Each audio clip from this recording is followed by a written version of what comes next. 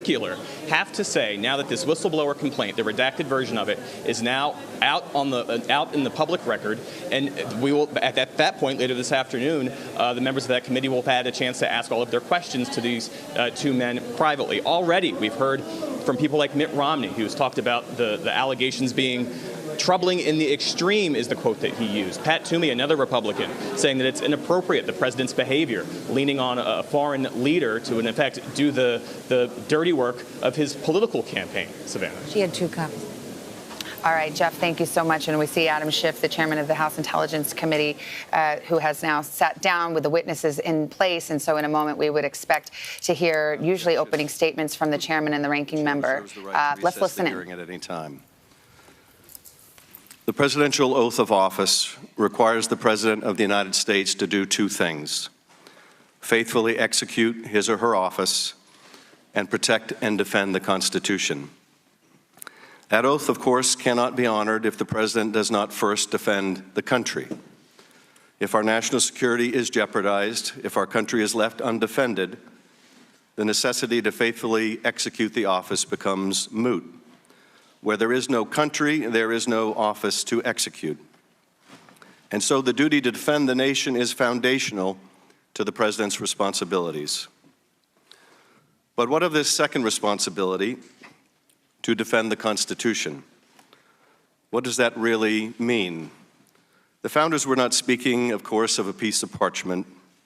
Rather, they were expressing the obligation of the President to defend the institutions of our democracy, to defend our system of checks and balances that the Constitution enshrines, to defend the rule of law, a principle upon which the idea of America was born, that we're a nation of laws, not men. If we do not defend the nation, there is no Constitution. But if we do not defend the Constitution, there is no nation worth defending. Yesterday, we were presented with the most graphic evidence yet that the President of the United States has betrayed his oath of office, betrayed his oath to defend our national security, and betrayed his oath to defend our Constitution. For yesterday, we were presented with a record of a call between the President of the United States and the President of Ukraine, in which the President, our President, sacrificed our national security and our Constitution for his personal political benefit. To understand how he did so, we must first understand just how overwhelmingly dependent Ukraine is on the United States, militarily, financially, diplomatically, and in every other way. And not just on the United States, but on the person of the President. Ukraine was invaded by its neighbor, by our common adversary, by Vladimir Putin's Russia. It remains occupied by Russian irregular forces in a long, simmering war. Ukraine desperately needs our help, and for years we have given it, and on a bipartisan basis.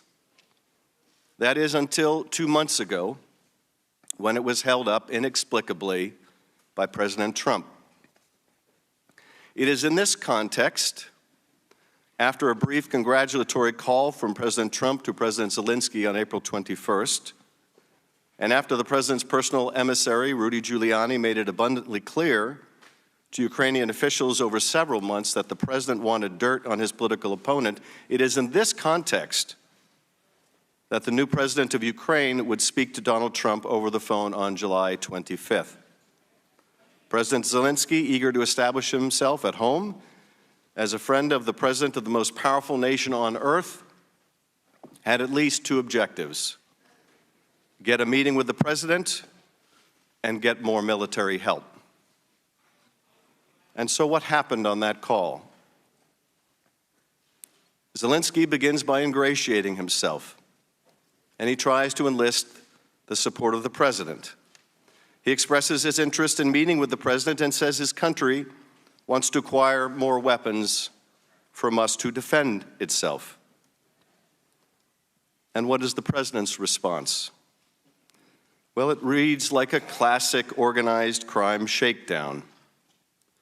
Shorn of its rambling character and in not so many words, this is the essence of what the President communicates. We've been very good to your country, very good. No other country has done as much as we have. But you know what? I don't see much reciprocity here. I hear what you want. I have a favor I want from you, though. And I'm going to say this only 7 times, so you better listen good. I want you to make up dirt on my political opponent, understand lots of it. On this and on that, I'm going to put you in touch with people, not just any people. I'm going to put you in touch with Attorney General of the United States, my Attorney General, Bill Barr. He's got the whole weight of the American law enforcement behind him. And I'm going to put you in touch with Rudy. You're going to love him, trust me. You know what I'm asking, and so I'm only going to say this a few more times, in a few more ways. And by the way, don't call me again. I'll call you when you've done what I asked. This is, in character, what the President was trying to communicate with the President of Ukraine. It would be funny if it wasn't such a graphic betrayal of the President's oath of office. But as it does represent a real betrayal, there's nothing the President says here that is in America's interest, after all. It is instead the most consequential form of tragedy, for it forces us to confront the remedy the founders provided for such a flagrant abuse of office, impeachment. Now, this matter would not have come to the attention of our committee or the nation's attention without the courage of a single person, the whistleblower. As you know, Director Maguire, more so than perhaps any other area of government since we deal with classified information, the Intelligence Committee is dependent on whistleblowers to reveal wrongdoing when it occurs, when the agencies do not self-report, because outside parties are not allowed to scrutinize your work and to guide us. If that system is allowed to break down, as it did here, if whistleblowers come to understand that they will not be protected, one of 2 things happen. Serious wrongdoing goes unreported, or whistleblowers take matters into their own hands and divulge classified information to the press in violation of the law and placing our national security at risk. This is why the whistleblower system is so vital to us, and why your handling of this urgent complaint is also so troubling. Today we can say for the first time since we have released this morning the whistleblower complaint that you have marked unclassified, that the substance of this call is a core issue, although by no means the only issue raised by the whistleblower's complaint, which was shared with the committee for the first time only late yesterday. By law, the whistleblower complaint, which brought this gross misconduct to light, should have been presented to this committee weeks ago, and by you, Mr. Director, under the clear letter of the law. And yet it wasn't. Director Maguire, I was very pleased when you were named acting director. If Sue Gordon was not going to remain, I was grateful that a man of your superb military background was chosen. A Navy SEAL for 36 years and director of the National Counterterrorism Center since December 2018. Your credentials are impressive. And in the limited interactions that we have had since you became director of NCTC, you have struck me as a good and decent man, which makes your actions over the last month all the more bewildering. Why you chose not to provide the complaint to this committee as required by law. Why you chose to seek a second opinion on whether shall really means shall under the statute. Why you chose to go to a department led by a man, Bill Barr, who himself is implicated in the complaint and believes that he exists to serve the interest of the President, not the office itself, mind you, or the public interest, but the interest of the person of Donald Trump. Why you chose to allow the subject of the complaint to play a role in deciding whether Congress would ever see the complaint. Why you stood silent when an intelligence professional under your care and protection was ridiculed by the President, was accused of potentially betraying his or her country, when that whistleblower, by their very act of coming forward, has shown more dedication to country, more of an understanding of the President's oath of office than the President himself. We look forward to your explanation. Ranking Member Nunes. Thank the gentleman. I want to congratulate the Democrats on the rollout of their latest information warfare operation against the president and their extraordinary ability to once again enlist the mainstream media in their campaign. This operation began with media reports from the prime instigators of the Russia collusion hoax that a whistleblower is claiming President Trump made nefarious promise to a foreign leader. The released transcript of that call has already debunked that central assertion. But that didn't matter. The Democrats simply moved the goalposts and began claiming that there doesn't need to be a quid pro quo for this conversation to serve as the basis for impeaching the president. Speaker Pelosi went further when asked earlier if she would put brakes on impeachment if the transcript turned out to be benign. She responded, quote, "So there you go. If the whistleblower operation doesn't work out, the Democrats and their media, we have candidates, quote, we have many candidates for impeachable offenses." That was her quote. So there you go.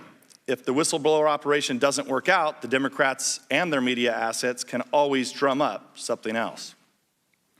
And what other information has come to light since the original false report of a promise being made?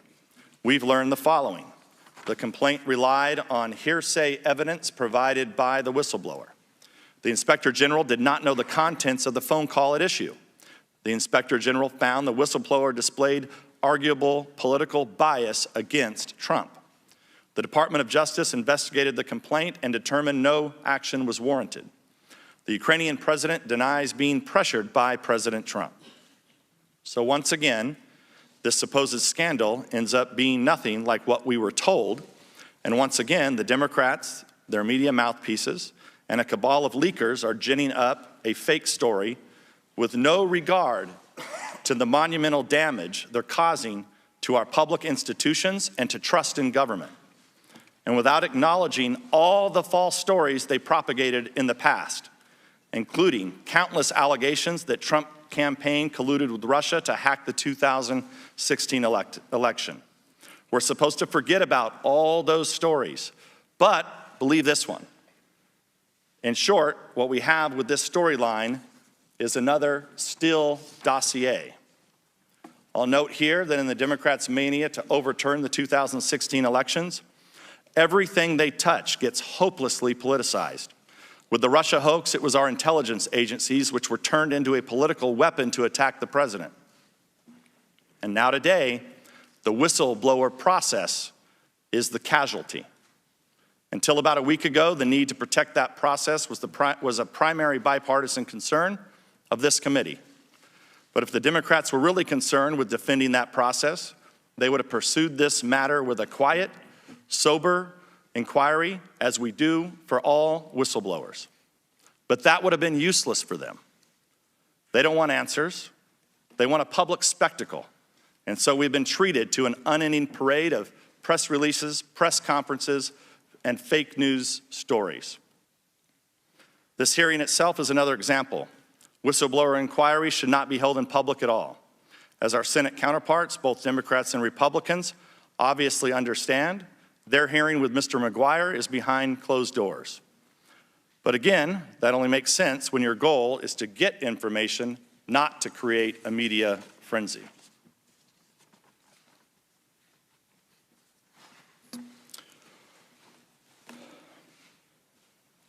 The current hysteria has something else in common with the Russia hoax. Back then, they accused the Trump campaign of colluding with Russians when the Democrats themselves were colluding with Russians and preparing the Steele dossier. Today, they accuse the president of pressuring Ukrainians to take actions that would help himself or hurt his political opponents. And yet there are numerous examples of Democrats doing the exact same thing.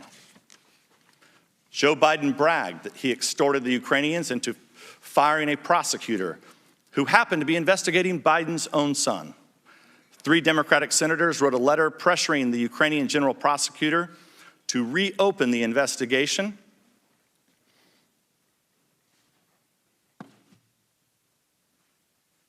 into former Trump campaign officials.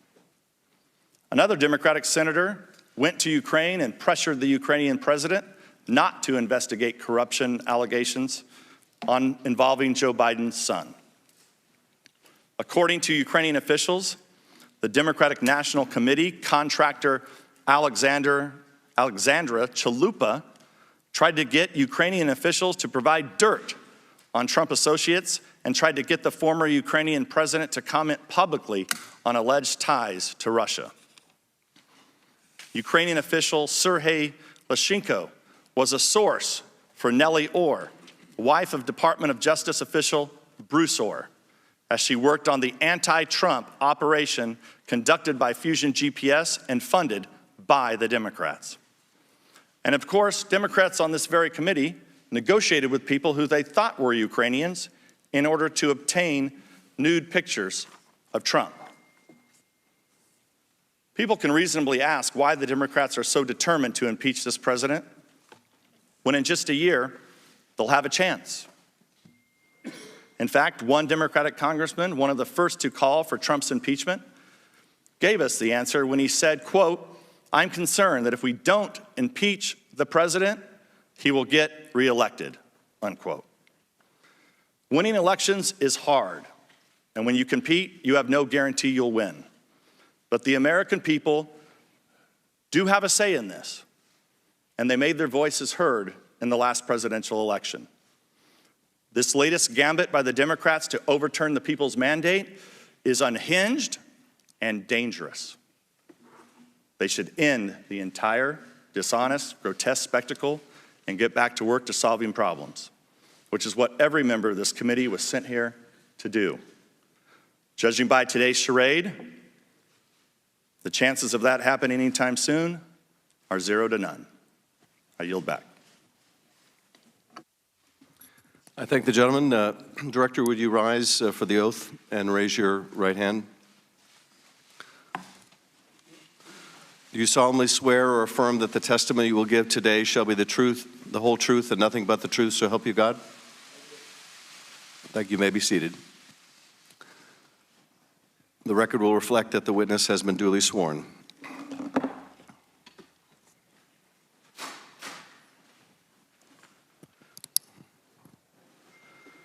Director Maguire, would you agree that the whistleblower complaint alleges serious wrongdoing by the President of the United States?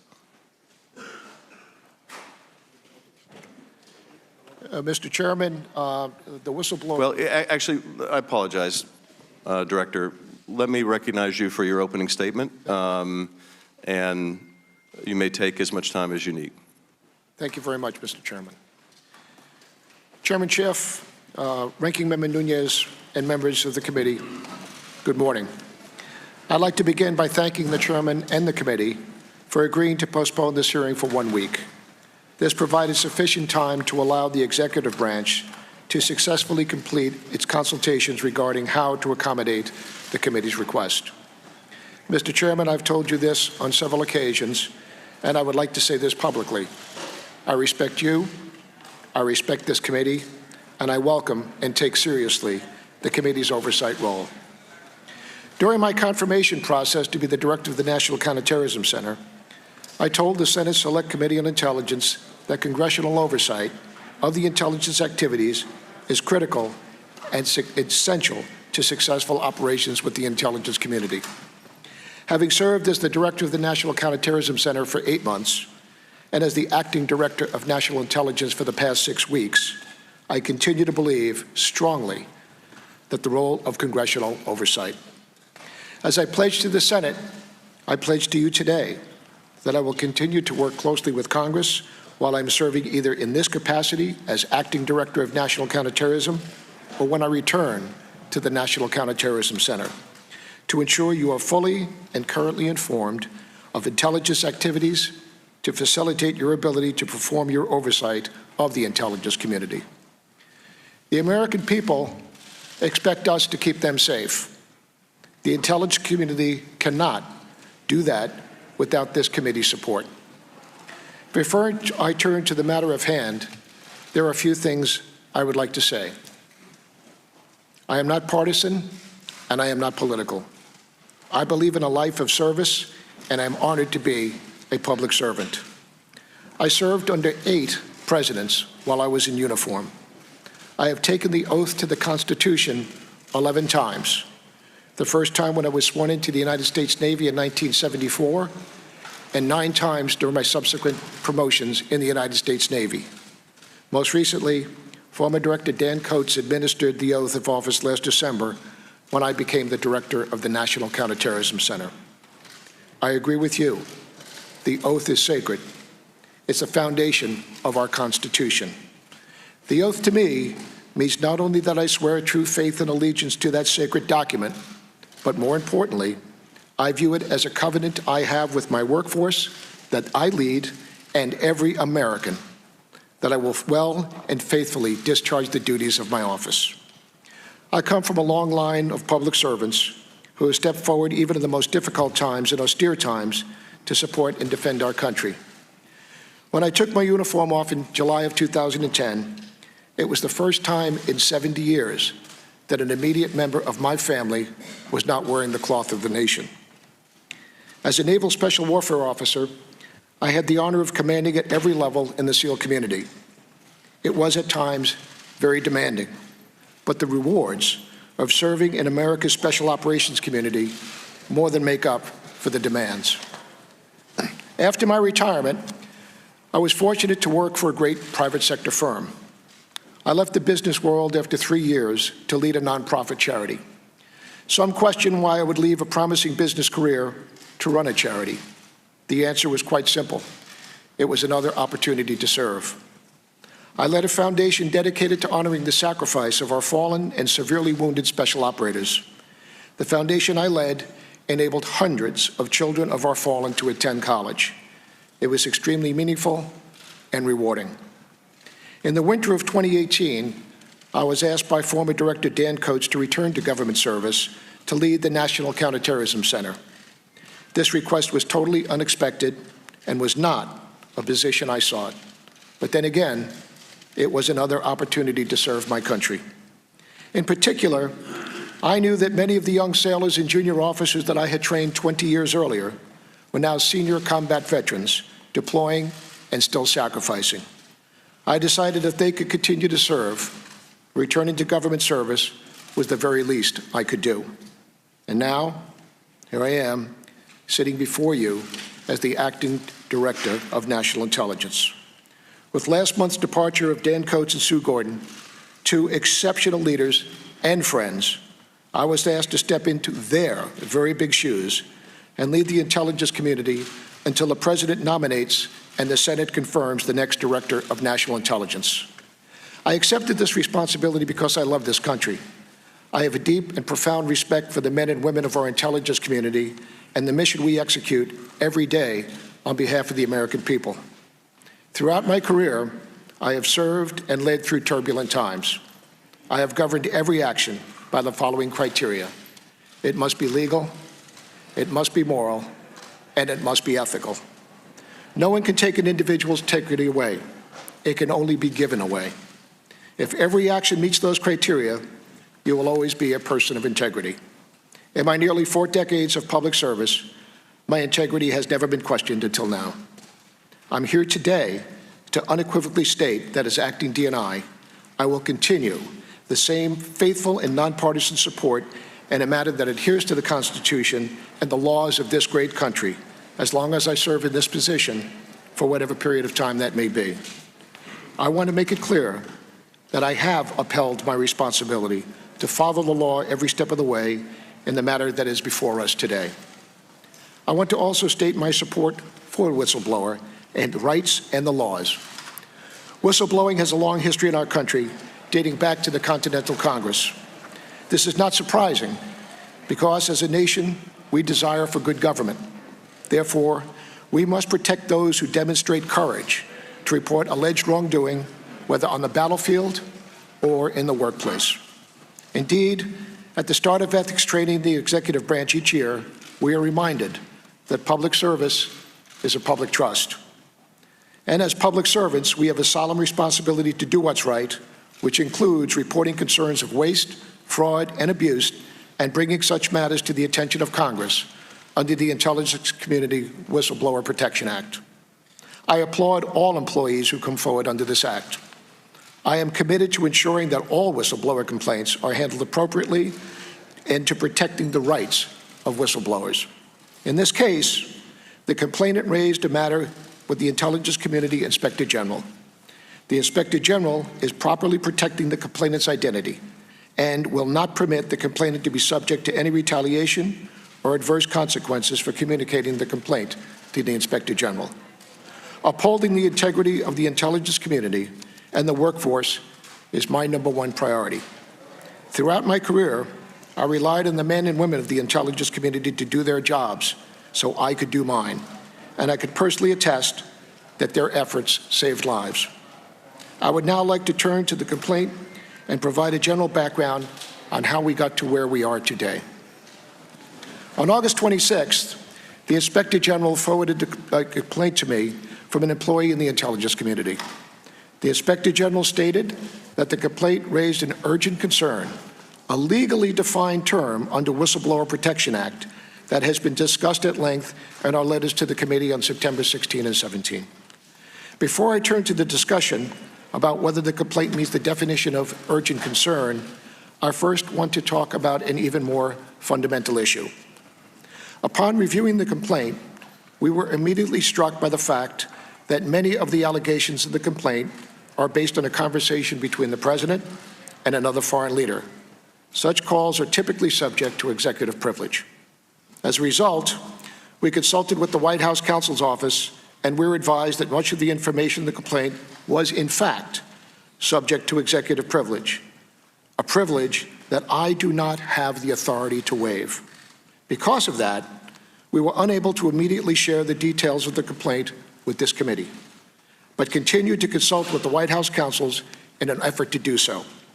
Yesterday, the President released the transcripts of the call in question, and therefore, we are now able to disclose the details of both complaint and the Inspector General's letter transmitting to us.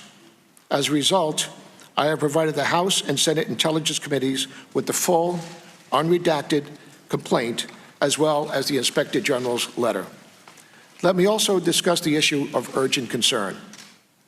When transmitting a complaint to me, the Inspector General took the legal position that because the complaint alleges matters of urgent concern, and because he found the allegations to be credible, I was required under the Intelligence Community Whistleblower Protection Act to forward the complaint to our oversight committees within 7 days of receiving it. As we have previously explained in our letters, urgent concern is a statutorily defined term.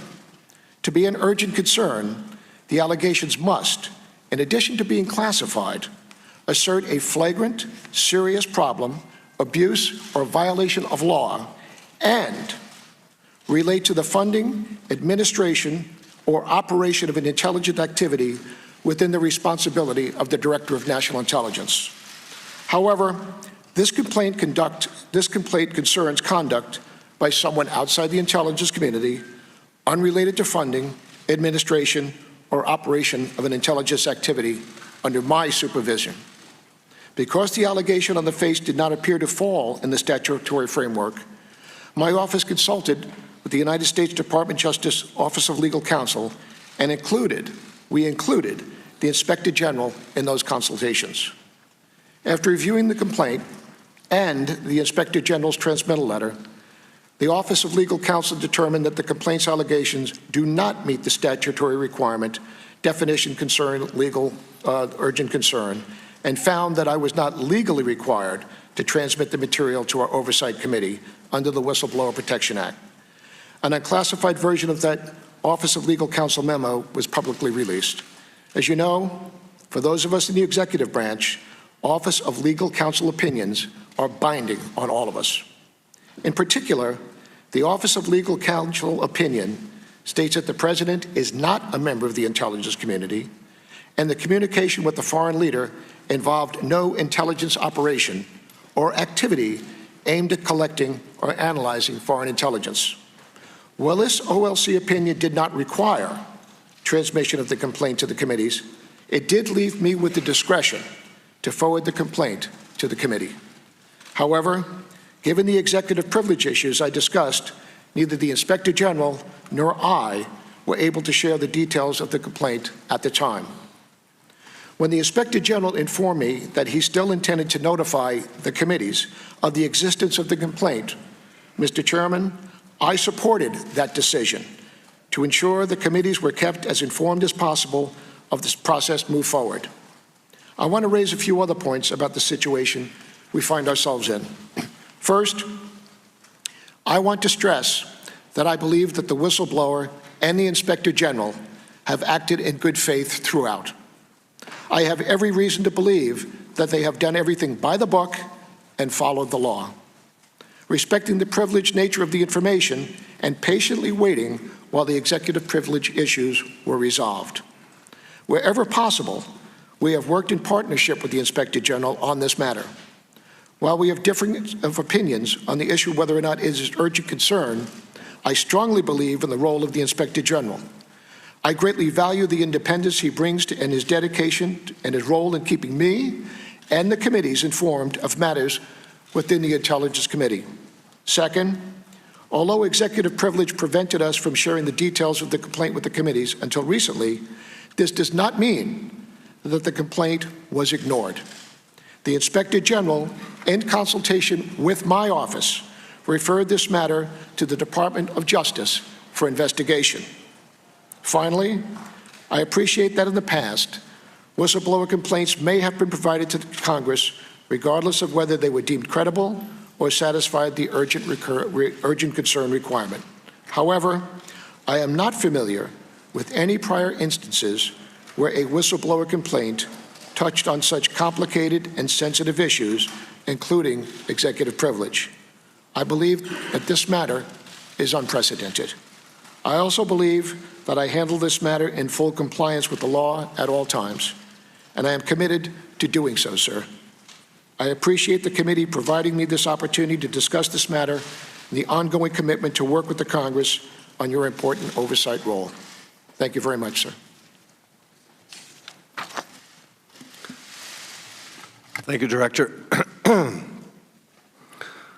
Would you agree that the whistleblower complaint alleges serious wrongdoing by the President of the United States?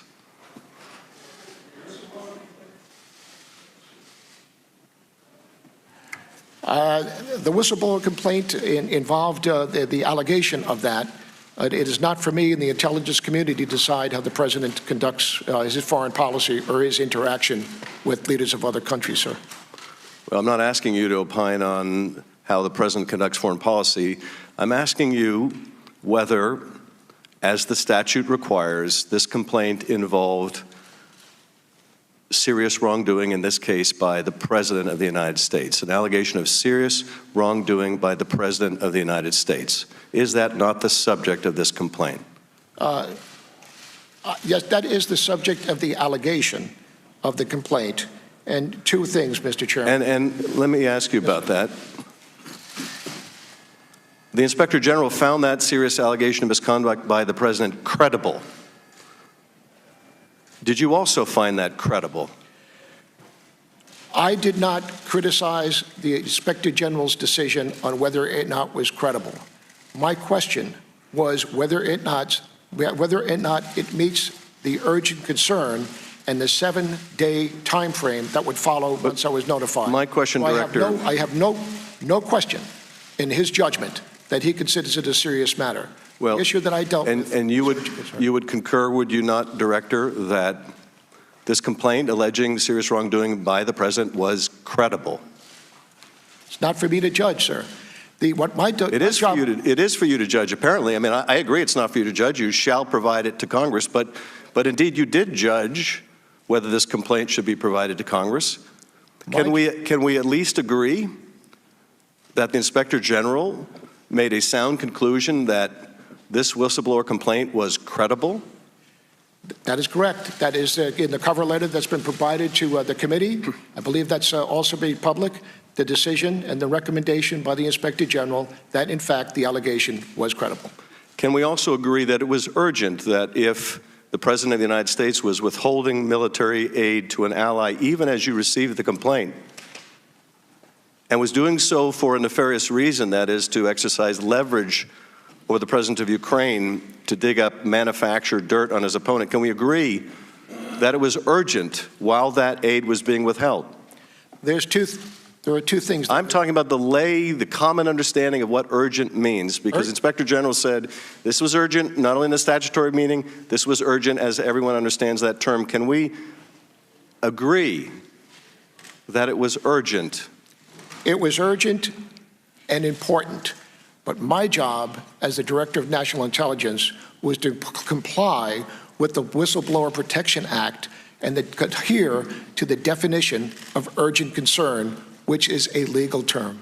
And to adhere to the meaning of the term shall. Yes, sir. In this case, you sought a second opinion on whether shall really means shall by going to the White House. No, sir. There were two things, as I said in my statement. One, it appeared that it also had matters of executive privilege. I am not authorized as the Director of National Intelligence to waive executive privilege. And at any time over the last month that you held this complaint, did the White House assert executive privilege? Mr. Chairman, I have endeavored. I think that's a yes or no question. Did they ever assert executive privilege? They were working through the executive privilege procedures and deciding whether or not to exert executive privilege. And so they never exerted executive privilege. Is that the answer? Mr. Chairman, if they did, we would not have released the letters yesterday and all the information that has been forthcoming. Now, the first place you went was to the White House. Am I to understand that from your opening statement? It wasn't to the Department of Justice. The first place you went for a second opinion was to the White House? I did not go for a second opinion. The question was, is the information contained here subject to executive privilege, not whether or not it met urgent concern. And so the first place you went for advice as to whether you should provide the complaint as the statute requires to Congress was the White House? I am not authorized as the Director of National Intelligence to provide executive privileged information. I think it is prudent as a member of the executive branch to check to ensure that, in fact, it does not. I'm just asking about the sequencing here. Did you first go to the White House to determine whether you should provide a complaint to Congress? No, sir. That was not the question. The question was whether or not it has executive privilege, not whether or not I should send it on to Congress. Okay. Is the first party you went to outside of your office to seek advice, counsel, direction, the White House? I have consulted with the White House counsel, and eventually we also consulted with the Department of Justice Office of Legal Counsel. And my question is, did you go to the White House first? I went to the Office of Legal Counsel for advice. Yes, sir. Well, I'm asking which you went to first. Did you go to the Department of Justice Office of Legal Counsel first, or did you go to the White House first? I went to the office, my team, my office, went to the Office of Legal Counsel first to receive whether or not the matter in the letter and in the complaint might meet the executive privilege. They viewed it and said, we've determined that it appears to be executive privilege. And until executive privilege is determined and cleared, I did not have the authority to be able to send that forward to the committee. I worked with the Office of Legal Counsel for the past several weeks to get resolution on this. It's a very deliberate process. Well, Director, I'm still trying to understand the chronology. So you first went to the Office of Legal Counsel, and then you went to White House counsel? We went, and then to the, repeat that, please, sir. I'm just trying to understand the chronology. You first went to the Office of Legal Counsel, and then you went to the White House counsel? No, sir. No, sir. No, we went to the White House first to determine, to ask the question. Okay, that's all I wanted to know is chronology. So you went to the White House first. So you went to the subject of the complaint for advice first about whether you should provide the complaint to Congress. There were issues within this, a couple of things. One, it did appear that it has executive privilege. If it does have executive privilege, it is the White House that determines that. I cannot determine that as the Director of National Intelligence. But in this case, the White House, the president is the subject of the complaint.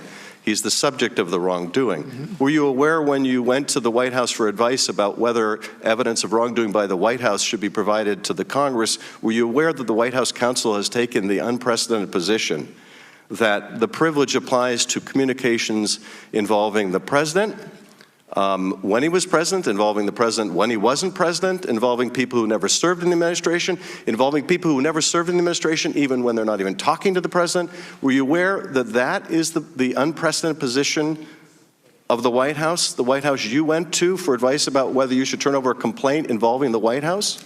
Mr. Chairman, as I said in my opening statement, I believe that everything here in this matter is totally unprecedented, and that is why my former directors of national intelligence forwarded them to you whether or not it met urgent concern or whether it was serious. This was different. And to me, it just seemed prudent to be able to check and ensure as a member of the executive branch before I sent it forward. I just have a couple more questions. I'm going to turn over to the ranking member, and he may consume as much time as I did. The second place you went to was the Justice Department. And you went to that department headed by a man, Bill Barr, who was also implicated in the complaint. And you knew that when you went to the Department of Justice for an opinion, correct? That Bill Barr was mentioned in the complaint? Mr. Chairman, I went to the Office of Legal Counsel in consultation with the ICIG. He was a part of that to receive whether or not this met the criteria. Yes, but that ICIG vehemently disagreed with the opinion of the Bill Barr Justice Department, did he not?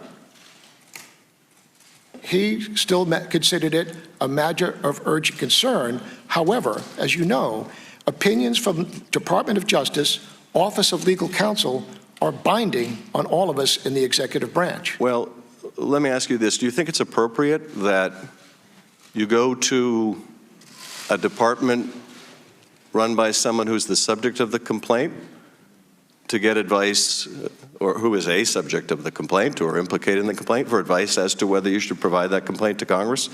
Did that conflict of interest concern you? Mr. Chairman, when I saw this report and complaint, immediately I knew that this was a serious matter. It came to me, and I just thought it would be prudent to ensure. I'm just asking if the conflict of interest concerned you. Well, sir, I have to work with what I've got, and that is the Office of Legal Counsel within the executive branch. Well, what you also had was a statute that says shall, and even then you said you had the discretion to provide it, but did not.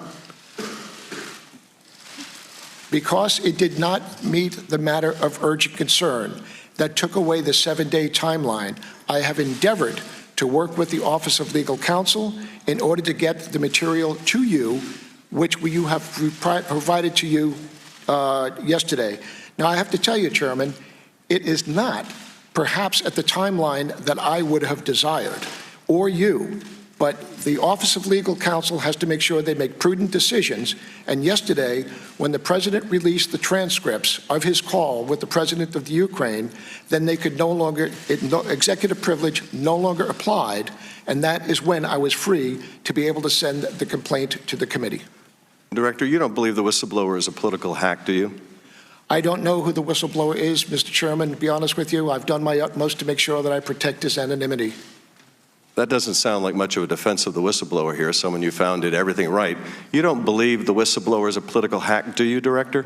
I believe that, as I said before, Mr. Chairman, I believe the whistleblower is operating in good faith. Well, then they couldn't be. The law. They couldn't be in good faith if they were acting as a political hack, could they?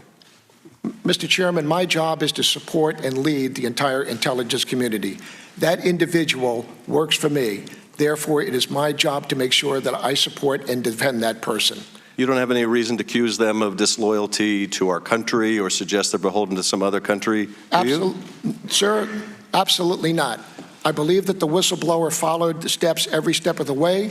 However, the statute was one in this situation involving the President of the United States, who is not in the intelligence community, or matters underneath my supervision did not meet the criteria for urgent concern. Well, I'm just asking about the whistleblower right now. I think the whistleblower did the right thing.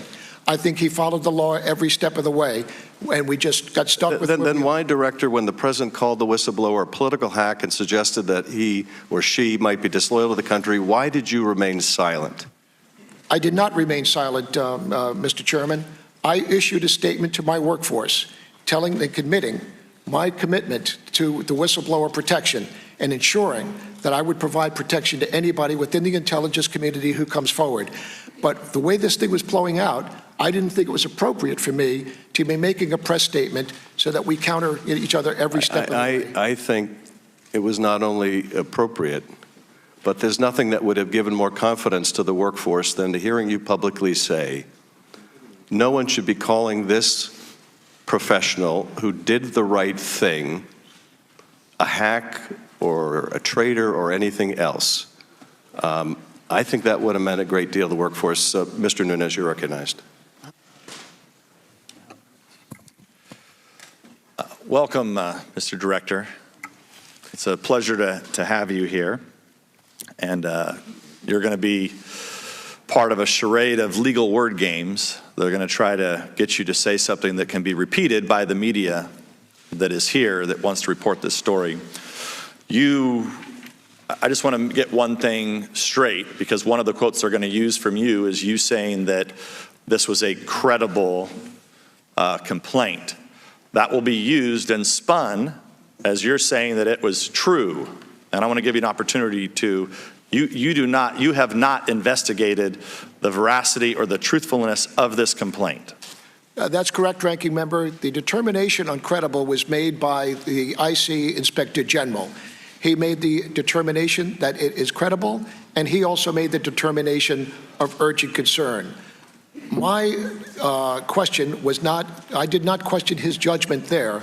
The question I had was, does in fact this allegation of wrongdoing meet the criteria, the statutory criteria of urgent concern? And the other issue, as I said, complicated things, did it in fact, the allegations within this whistleblower complaint involve executive privilege?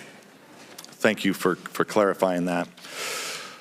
Have you ever, you mentioned it a little bit in your testimony, but have you ever, or are you aware of any former DNIs who have testified about whistleblower complaints in the public? Not to my knowledge, Ranking Member. I do not know. Are you aware of any cases like this that were put into the spotlight? Would this be the way to handle it out in the public like this? I am not aware of any, but I want to say once again, I believe that the situation we have and why we're here this morning is because this case is unique and unprecedented. So why are cases normally not handled out in the public? All the other cases that came before either this committee or the Senate committee, whether or not they met the criteria of urgent concern, were forwarded because they involved members of the intelligence community who were in fact in organizations underneath the DNI's authority and responsibility. This one just did not come that way because it involved a member, an individual who is not a member of the intelligence community or an organization underneath the authority of the DNI. So this one is different from all others in the past that I am aware of. So I want to get into how this all got out in the public over the last, this has basically been an orchestrated effort over 2 weeks.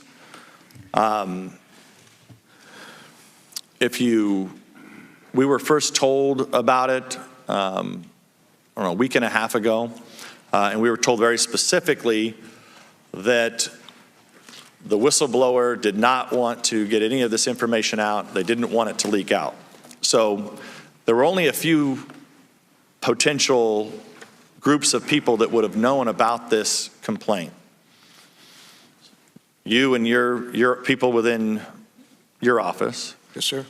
The people within the Inspector General's office, and the whistleblower and whoever that whistleblower gave this information to.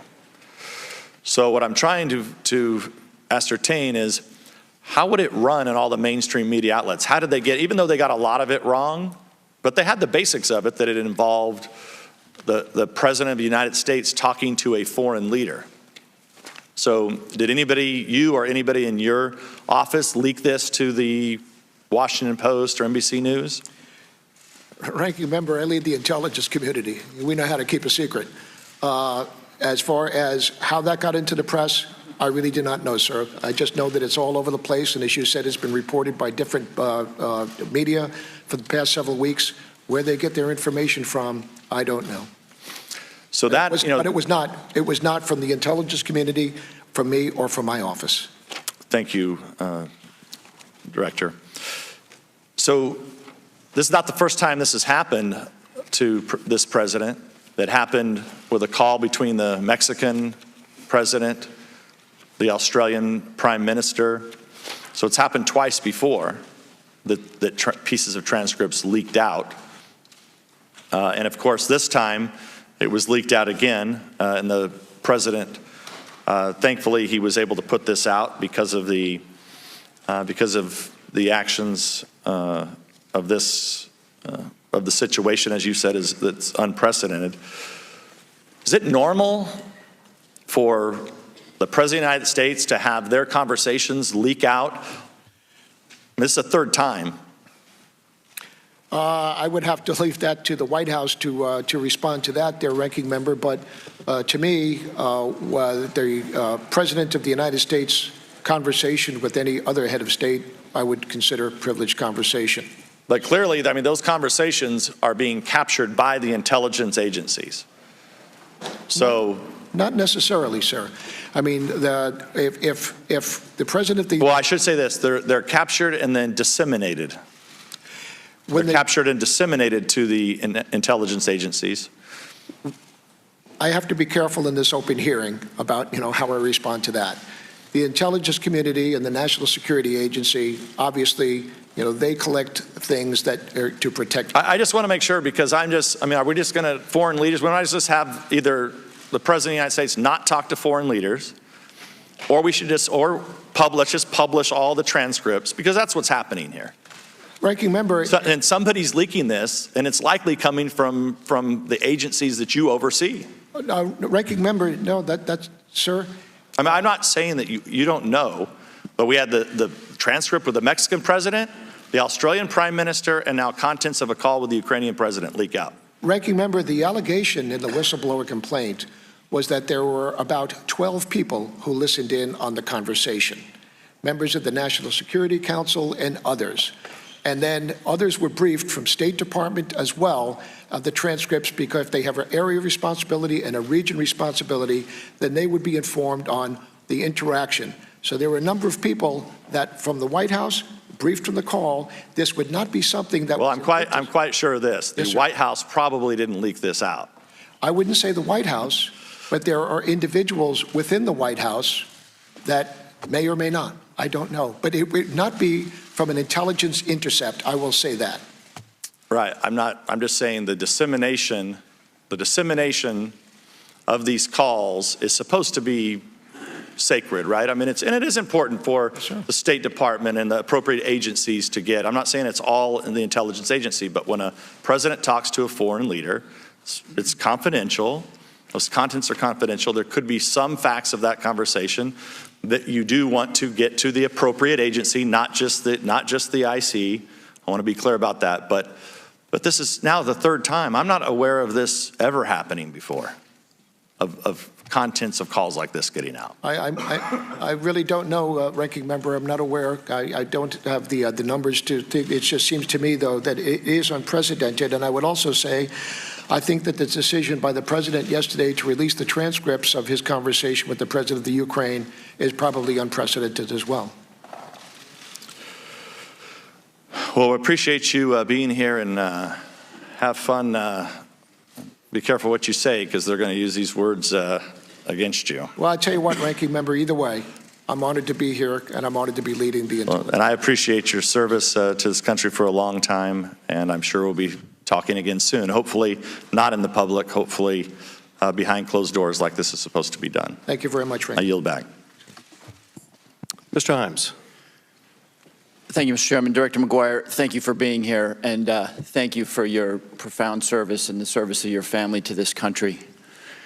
Director, what I find bewildering about this whole conversation is that we are not sitting here today, and the American public is not aware of the allegations of the president asking for a favor of investigation into his political opponent. We're not aware of the murky decision to withhold aid. We're not aware of Mr. Giuliani's apparent establishment of a personal State Department. We are not aware of a possible retaliation against a U.S. ambassador. None of this happens but for the decision of your Inspector General, Michael Atkinson, a man who was appointed by President Trump and confirmed by a Republican Senate, to come to this committee 7 days after the complaint was required by law to be transmitted to us.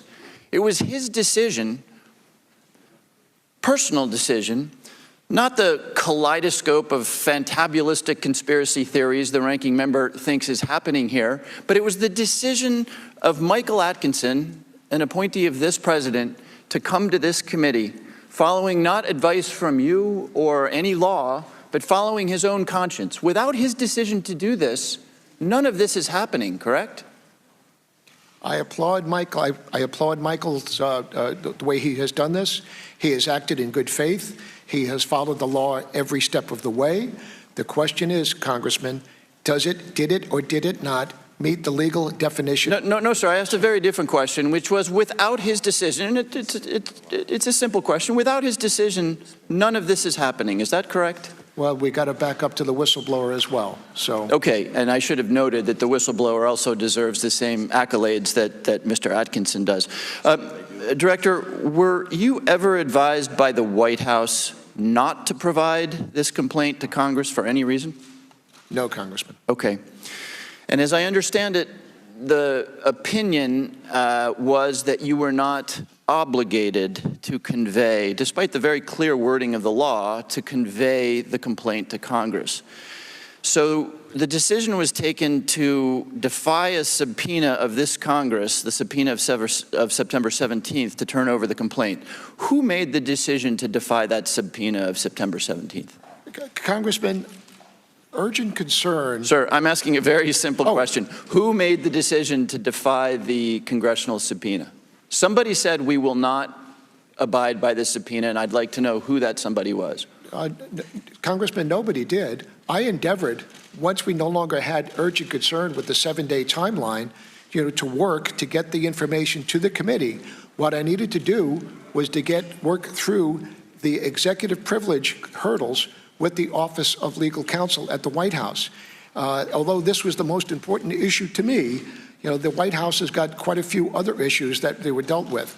I would have liked to have had, as I said to the chairman, that perhaps this moved a little faster than it did, but this is a very deliberate process, and finally, it came to a head yesterday. So when I received the information on the 26th of August, we had 7 days based on the Whistleblower Protection Act. All we did was lose those 7 days. It may have taken longer than we would have liked, or you would have liked, but you have the information. So again, sir, just so I'm focused on the subpoena. Yes, sir. The subpoena is on your desk. It's a subpoena of the Congress of the United States. It's pretty clear in what it asks for.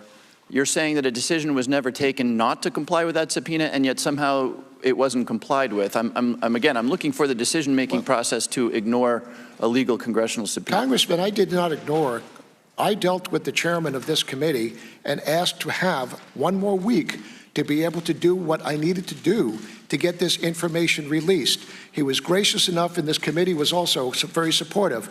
It wasn't something that it was ready to go, but I was committed, fully committed to this committee and to the chairman to get that information, and I finally was able to provide that yesterday. Okay, thank you, Director. Director, did you or your office ever speak to the President of the United States about this complaint? Congressman, I'm the President's intelligence officer. I speak with him several times throughout the week. Sir, let me repeat my question. Did you ever speak to the President about this complaint? My conversations with the President, because I'm the Director of National Intelligence, are privileged, and it would be inappropriate for me because it would destroy my relationship with the President in intelligence matters to divulge any of my conversations with the President of the United States. But just so we can be clear for the record, you are not denying that you spoke to the President about this complaint? What I'm saying, Congressman, is that I will not divulge privileged conversations that I have as the Director of National Intelligence with the President. Has the White House instructed you to assert that privilege? No, sir. Okay. That's just a member of the executive committee, executive branch, as a member of the National Security Council, and also the Homeland Committee.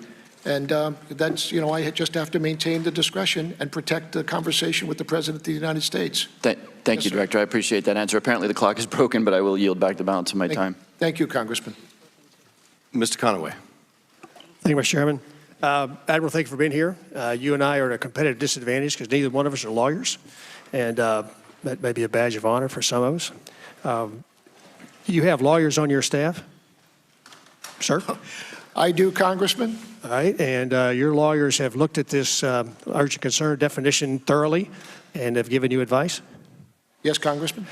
If the black letter law was so clear in black letter, how is it that we've got different attorneys giving us, you and I, different opinions? That's a rhetorical question. That with respect to this issue. Just to clarify, Mike Atkinson was in our group and in front of us last week, did a very good job of telling us what he did and what he didn't do. We now know for sure what it is that he was able to do. As part of his investigation, he did not request records of the call from the president. And the reason he did is he cited the difficulty of working through all of that would have probably meant that he couldn't comply with the 14-day time frame. So even he did not try to overrun the White House's executive privilege over the conversation that the president had with President Zelensky. He also said in his letter, I also determined, this is quoting Michael, I also determined that there were reasonable grounds to believe that information relating to the urgent concern appeared credible. Now that's a different statement than a flat out, it's credible. Just again, a rhetorical statement. Is there anything in statute from your lawyers in advising you that says that the determination of urgent concern lies solely with the ICIG? No, sir. I was never advised by my legal counsel to that effect. All right. Has to your knowledge, has the Justice Department ever weighed in to say that the fact that DNI can't make a separate decision with respect to that 7-day process, that the matter is not of urgent concern as your team decided?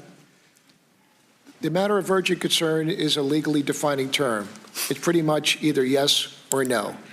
Well, apparently that's not the case, Admiral, because IG said it was, and you're saying it's not under that legal definition because it involved the president. He says, last time I checked, you're pretty familiar with chains of command. I know he's not in.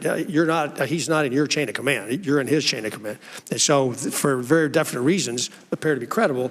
It doesn't meet the statutorily urgent concern definition with respect to the whistleblower protections of the IG. And your team made that call. The Inspector General made a different call. No, sir. My team did not make the decision. It was the Department of Justice Office of Legal Counsel that made the determination that it was not urgent concern. All we wanted to do was just check and see. And to me, it just seemed prudent with the matter at hand right now to be able to just make sure that, in fact, it did. And when it didn't, I want to say once again, I endeavored to get that information to this committee. Okay, sir, just to clarify the role that the Inspector General had with respect to the Department of Justice.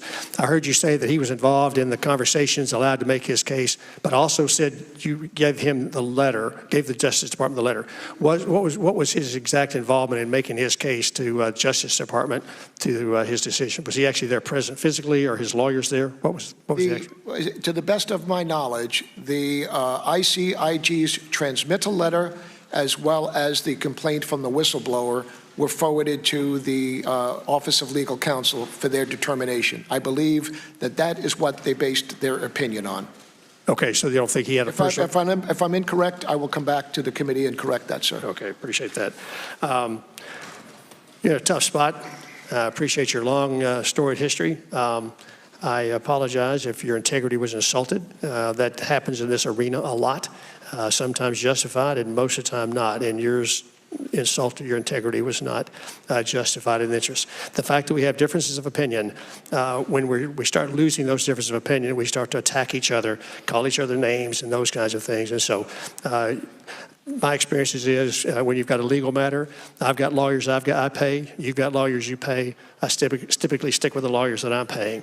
And so you had good legal advice on this issue in a really tough spot, wanting to make sure that this whistleblower was protected, but at the same time that if in fact there was something awry here, that it would get the full airing that it's clearly getting. So thank you for your service, and I yield back. Thank you very much, Congressman. Ms. Sewell. Thank you, Mr. Chairman. And Director Maguire, thanks so much for being here. I want to turn to what I fear may be one of the most damaging long-term effects of this whistleblower episode, and that is the chilling effect that it will have on others in government who may witness misconduct, but now may be afraid to come forward to report it. Sir, I'm worried that government employees and contractors may see how important this situation has played out and decide it's not worth putting themselves on the line. The fact that a whistleblower followed all of the proper procedures to report misconduct, and then the Department of Justice and the White House seems to have weighed in to keep the complaint hidden, is problematic, sir. I want to know whether or not you see how problematic this will be and having a chilling effect on members of the IC that you are sworn to represent and ostensibly protect.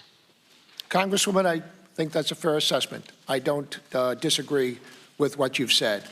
I have endeavored to transmit to the intelligence community my support to whistleblowers, and I'm quite sure that for at least 2 hours this morning, there are not many people in the intelligence community who are doing anything that's productive besides watching this. Right, and so my concern, I think, is a valid one, that in fact, what has happened with this whistleblower episode will have a chilling effect.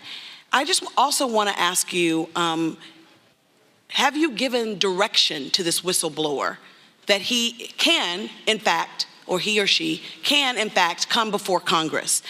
Director, when the president called the whistleblower a political hack and suggested that he or she was potentially disloyal to the country, you remained silent. I'm not sure why, but I also think that that adds to the chilling effect. The statute seems pretty clear that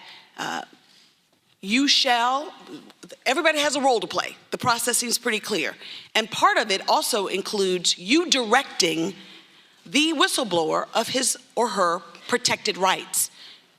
Can you confirm that you've directed that whistleblower that he or she can come before Congress? Well, Congresswoman, there are several questions there. One, I do not know the identity of the whistleblower. Two, now that the complaint has come forward, we are working with his counsel in order to be able to provide them with security clearance. So, sir, I think it's pretty, my question is pretty simple. Can you assure this committee and the American public that the whistleblower is authorized to speak to the committee with the full protections of the Whistleblower Act?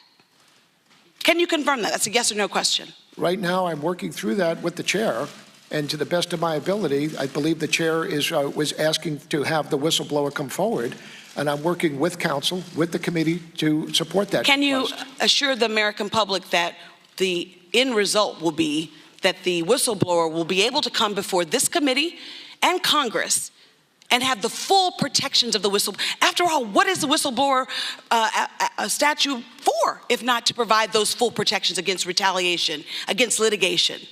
Congresswoman, I am doing everything to endeavor to support that. Will the gentlewoman yield? Yes. Director, do I have your assurance that once you work out the security clearances for the whistleblower's counsel, that whistleblower will be able to relate the full facts within his knowledge that concern wrongdoing by the president or anyone else, that he or she will not be inhibited in what they can tell our committee, that there will not be some minder from the White House or elsewhere sitting next to them telling them what they can answer or not answer? Do I have your assurance that the whistleblower will be able to testify fully and freely and enjoy the protections of the law. Yes, Congressman. Thank you. I yield back to the gentleman. So, Mr. Director, I also wanted to understand what you're going to do to try to ensure the trust of the employees and contractors that you represent, to assure the American people that the whistleblower statute is, in fact, being properly adhered to, and that no further efforts would be to obstruct an opportunity for a whistleblower who has watched misconduct to actually get justice. Congresswoman, supporting and leading the men and women of the Intelligence Community is my highest priority. I don't consider that they work for me. As the Director of National Intelligence, I believe that I serve. Sir, I just want to say and go on record as being very clear that this will have a chilling effect. And that is exactly not what the statute was intended for. It was intended for transparency. It was intended also to give the whistleblower certain protections. And I think the American people deserve that. Thank you. Thank you, Congressman. Mr. Turner. Director, thank you for being here. Morning, Congressman. Thank you for your service and the clarity at which you have described the deliberations that you went through in applying the laws with respect to this complaint. It is incredibly admirable in the manner in which you've approached this. Now, I've read the complaint, and I've read the transcript of the conversation with the President and the President of Ukraine. Concerning that conversation, I want to say to the President, this is not okay.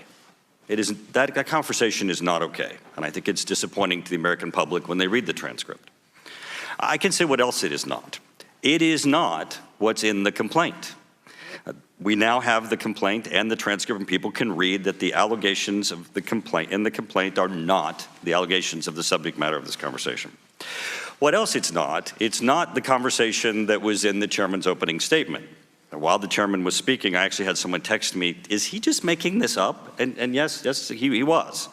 Because sometimes fiction is better than the actual words or the text. But luckily the American public are smart, and they have the transcript. They've read the conversation. They know when someone's just making it up. Now, we've seen this movie before. We've been here all year on litigating impeachment, well, long before the July 25th conversation happened between the President and the President of Ukraine. And we've heard the clicks of the cameras in this Intelligence Committee's room where we've not been focusing on the issues of the national security threats, but instead of the calls for impeachment, which is really an assault on the electorate, not just this president. Now, the complaint we now have, Mr. Director, is based on hearsay. The person who wrote it says, I talked to people and they told me these things.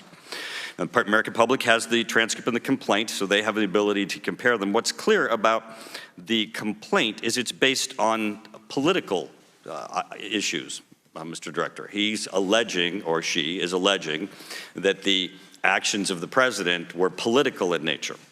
Now, that's my concern about how this is applied to the whistleblower statute. The whistleblower statute is intended to be able to provide those in the intelligence community an opportunity to come to Congress when they're concerned about abuses of powers and laws. But it's about the intelligence community. It's about abuse of surveillance, about the abuse of the spy mechanisms that we have. This is about actually the product of surveillance. Someone had access to surveillance that related the president's conversations and has brought us forward to us. I'd like for you to turn for a moment and tell us your thoughts of the whistleblower process and the concerns as to why it has to be there so that the intelligence community can be held accountable and we can have oversight. Because it certainly wasn't there for oversight of the president. It was there for oversight for the intelligence community. So if you could describe your thoughts on that. And then I was very interested in your discussion on the issue of executive privilege, because there's been much made of the fact that the law says on the whistleblower statute that you shall. Clearly you have a conflict of laws when you have both the executive privilege issue and the issue of the word shall. So first, could you tell us the importance of the whistleblower statute with respect to accountability of the intelligence community? And our role of oversight there, and then your process, your effects of being stuck in the middle where you have these conflicts of laws, Mr. Director? Congressman, the Intelligence Community Whistleblower Protection Act is to apply to the intelligence community. And then it pertains to financial, administrative, or operational activities within the intelligence community under the oversight and responsibility of the Director of National Intelligence. It does not allow a member of the intelligence community to report any wrongdoing that comes from anywhere in the federal government. And so with that, I do believe that that is about the Intelligence Whistleblower Protection Act was the best vehicle that the whistleblower had to use. And it came to me and with discussion with our ICIG, who is a colleague, and the determination was made, by the that he viewed that it was in fact credible, and that it was a matter of urgent concern. And I just thought it would be prudent to have another opinion. I have worked with lawyers my whole career, whether it was the rule of armed conflict, admiralty claims, or rules of engagement, or just the Uniform Code of Military Justice. And I have found that different lawyers have different opinions on the same subject. We have 9 justices of the Supreme Court. More often than not, the opinions are 5-4. That doesn't mean that 5 are right and 4 are wrong.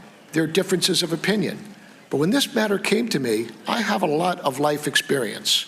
I realized the importance of the matter that is before us this morning.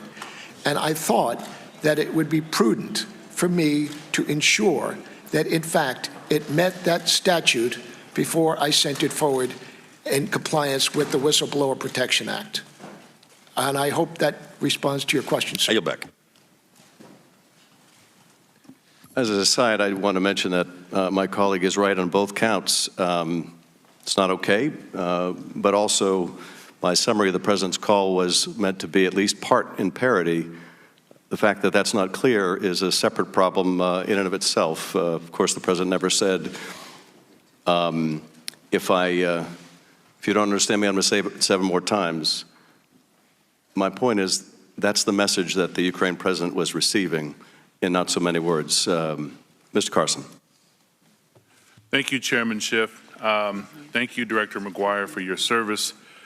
Director Maguire, this appears to be the first intelligence community whistleblower complaint that has ever been withheld from Congress. Is that right, sir? Congressman Carson, I believe that it might be. And once again, I said in my statement, it is, in fact, as far as I'm concerned, unprecedented. It is unprecedented, sir. Do you know why it's unprecedented? I think it's because the law that Congress, that this very committee drafted, really couldn't be clearer. It states that upon receiving such an urgent complaint from the Inspector General, you, the Director of National Intelligence, quote, shall, end quote, forward it to the Intel committees within 7 days, no ifs, ands, or buts. And even when the IG has found complaints not to be an urgent concern or even credible, your office has consistently and uniformly still transmitted those complaints to the intelligence committees. Is that right, sir? Congressman Carson, in the past, even if they were not a matter of urgent concern or whether they were not credible, they were forwarded. But in each and every instance prior to this, it involved members of the intelligence community who were serving in organizations underneath the control of the DNI. This one is different because it did not meet those 2 criteria. Yes, he did. Director, does executive privilege, sir, in your mind, or laws that regulate the intelligence community preempt or negate even the laws that safeguard the security of America's democratic elections and her democracy itself, sir? No, Chairman Carson, it does not. Notwithstanding, Director, this unambiguous mandate and the consistent practice of your office that you withheld this urgent complaint from Congress at the direction of the White House and the Justice Department. You followed their orders instead of the law. And if the Inspector General had not brought this complaint to our attention, you and the Trump administration might have gotten away with this unprecedented action. Sir, you released a statement yesterday affirming your oath to the Constitution and your dedication to the rule of law. But I'm having trouble understanding how that statement can be true in light of the facts here. Can you explain that to us, sir? Congressman Carson, a couple of things. The White House did not direct me to withhold the information. Neither did the Office of Legal Counsel. That opinion has been unclassified and has been disseminated. The question came down to urgent concern, which is a legal definition. It doesn't mean, is it important? Is it timely? Urgent concern met the certain criteria that we've discussed several times here. So it did not. And all that did, sir, was then just take away the 7 days. Now, as I said before, just because it was not forwarded to this committee does not mean that it went unanswered. The ICIG and the Justice Department referred it to the Federal Bureau of Investigation for investigation. So this is nothing, and that was working while I was endeavoring to get the executive privilege concerns addressed so that it can then be forwarded. It was not stonewalling. I didn't receive direction from anybody. I was just trying to work through the process and the law the way it is written. I have to comply with the way the law is, not the way some people would like it to be. And if I could do otherwise, it would have been much more convenient for me, Congressman. And lastly, Director, as you sit here today, sir, do you commit to providing every single whistleblower complaint intended for Congress to the intelligence committees as required by the statute, sir? If it's required by the statute, Congressman Carson, yes, I will. That's good to know, sir, and I certainly hope so, because I think the unprecedented decision to withhold this whistleblower complaint from Congress, I think it raises concerns, very serious concerns for us and for me. And I think that we need to get to the bottom of this. I yield the balance of my time, Chairman. Thank you. Thank you, Congressman Carson. Thank you. How much time does the gentleman have remaining? 27. Okay. Well, Director, you were not directed to withhold the complaint. Is that your testimony? Yes, that's absolutely true. So you exercised your discretion to withhold the complaint from the committee? I did not, sir. What I did was I delayed it because it did not meet the statutorily definition of urgent concern, and I was working through. And Director, you're aware, you spent a lot of time focusing on the definition of urgent concern. You're aware that the practice of your office has been that regardless of whether the complaint meets the definition of urgent concern, regardless of whether Inspector General finds it credible or incredible, the complaint is always given to our committee. You're aware that's the unbroken practice since the establishment of your office and the Inspector General. Are you aware of that? Chairman, every previous whistleblower complaint that was forwarded to the intelligence committees involved a member of the intelligence community and an organization under which the Director of National Intelligence had authority and responsibility. But you're aware that the past practice has been, we're talking about urgent concern here, that whether you or the Inspector General or anybody else believes it meets the statutory definition, the past practice has always been to give it to this committee. You're aware of that, right? I am aware that this is unprecedented, and this has never happened. And with that, sir, I agree. This has never happened before, but then again, this is a unique situation. But you, Director, made the decision. You made the decision to withhold it from the committee for a month when the White House had made no claim of executive privilege, when the Department of Justice said, you don't have to give it to them, but you can. You made the decision not to. No, it's not true, sir. What the Office of Legal Counsel said, that it does not meet the legal definition of urgent concern. So it said you're not required. It didn't say you cannot provide it. It said you're not required to. That is, if you don't want to, we're not going to force you. You're not required, but it didn't say you can't. Am I right? It allowed me, and I said that in my opening statement, but even so, it was referred to the FBI for investigation, and I was endeavoring to get the information to you, Mr. Chairman, but I could not forward it as a member of the executive branch without executive privileges being addressed. And I feel that the White House counsel was doing the best that they could in order to get that, and it took longer than I would have liked, that's for sure. But that came to a conclusion yesterday with the release of the transcripts, and because the transcripts were released, then no longer was there a situation of executive privilege, and I was then free to send both the Inspector General's cover letter and the complaint to you. Dr. But there's no time was there any intent on my part, sir, ever to withhold the information from you as the chair, this committee, or the Senate Intelligence Committee? Director, I wish I had the confidence of knowing that but for this hearing, but for the deadline that we were forced to set with this hearing, that we would have been provided that complaint. But I don't know that we would have ever seen that complaint. Dr. Wenstrup. Thank you, Mr. Chairman, and I thank you, Mr. Maguire, for being here today. You know, I think it's a shame that we started off this hearing with fictional remarks, the implication of a conversation that took place between a president and a foreign leader, putting words into it that did not exist, they're not in the transcript. And I will contend that those were intentionally not clear, and the chairman described it as parody, and I don't believe that this is the time or the place for parody when we are trying to seek facts. Nor do those that were involved with the conversation agree with the parody that the chairman gave us. And unfortunately today, many innocent Americans are going to turn on their TV, and the media is only going to show that section of what the chairman had to say. But I'm also glad to know that many Americans have seen this movie too many times, and they're tired of it. But let me get to some questions, sir, if I can. Let's go to the word credible. Credible does not mean proven true or factual. Would that be correct in this situation? I find no fault in your logic, Congressman. Okay, so, you know, the interpretation, it was credible, but also, was that decision made by the IG before seeing the transcript of the conversation?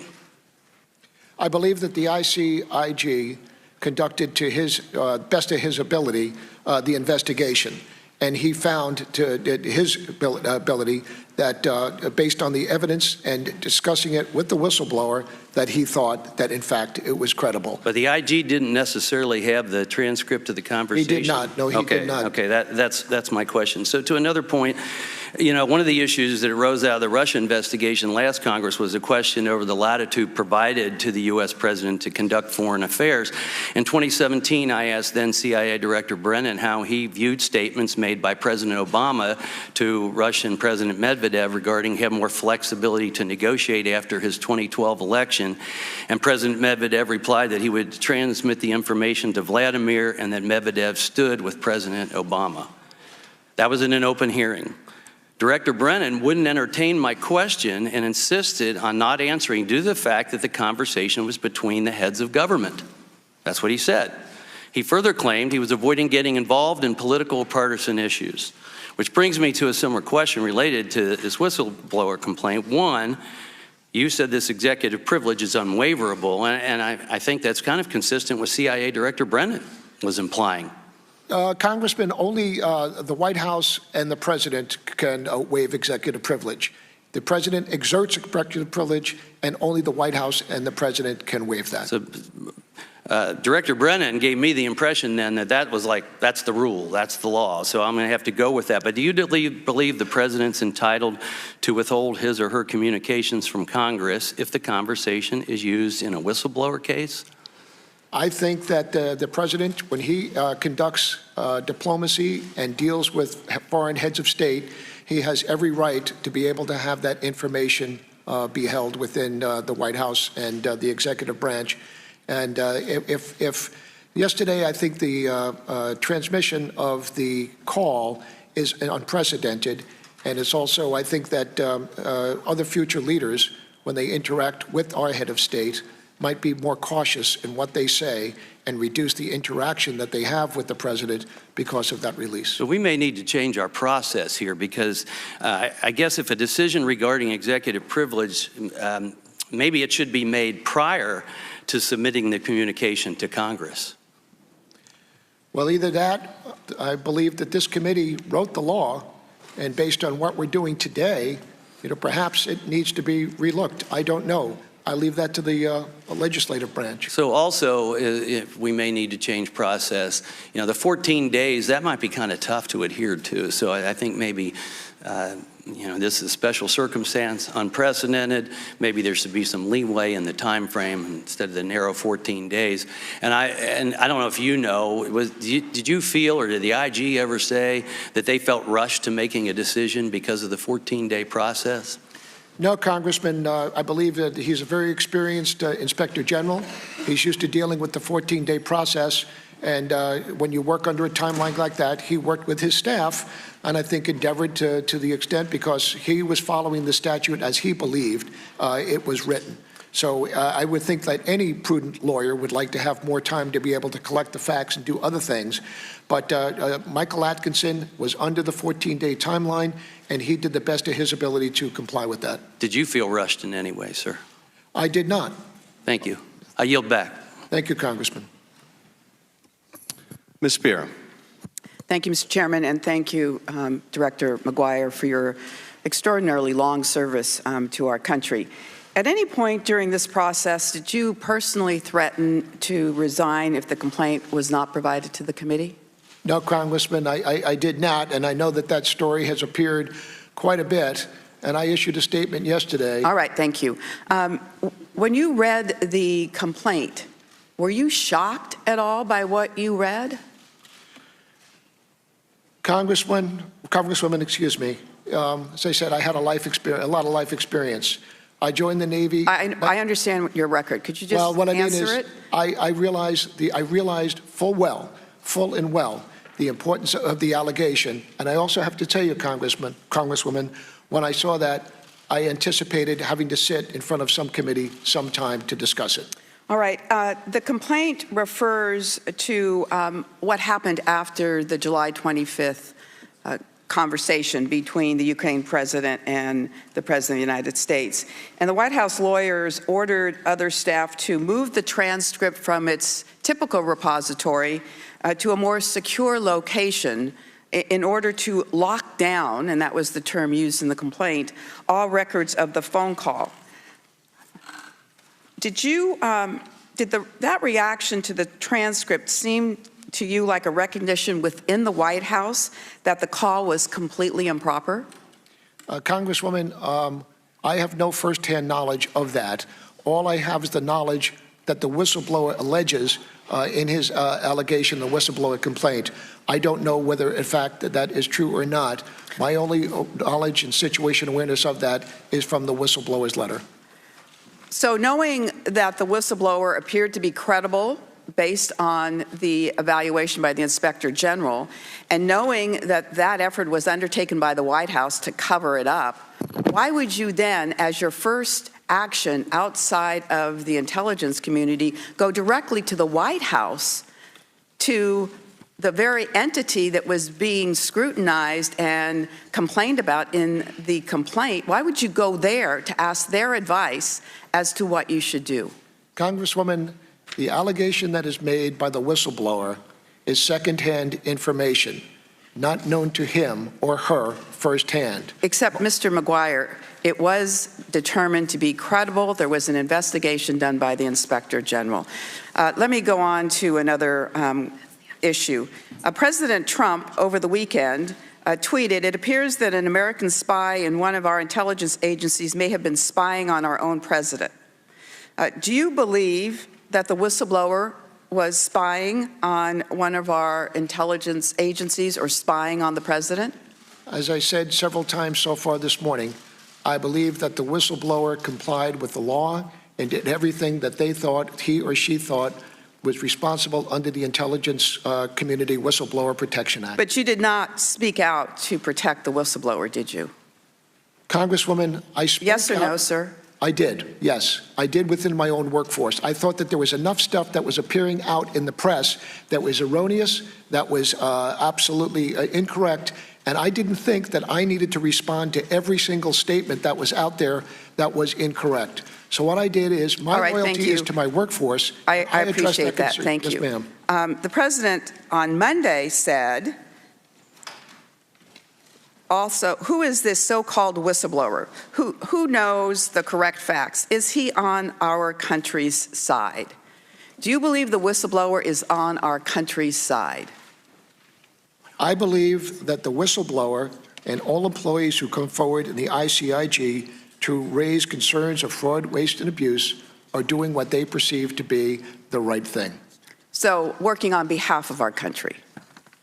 Are you aware of the fact that whistleblowers within the federal government have identified waste, fraud, and abuse of over $59 billion that has had the effect of benefiting the taxpayers and keeping our country safe as well?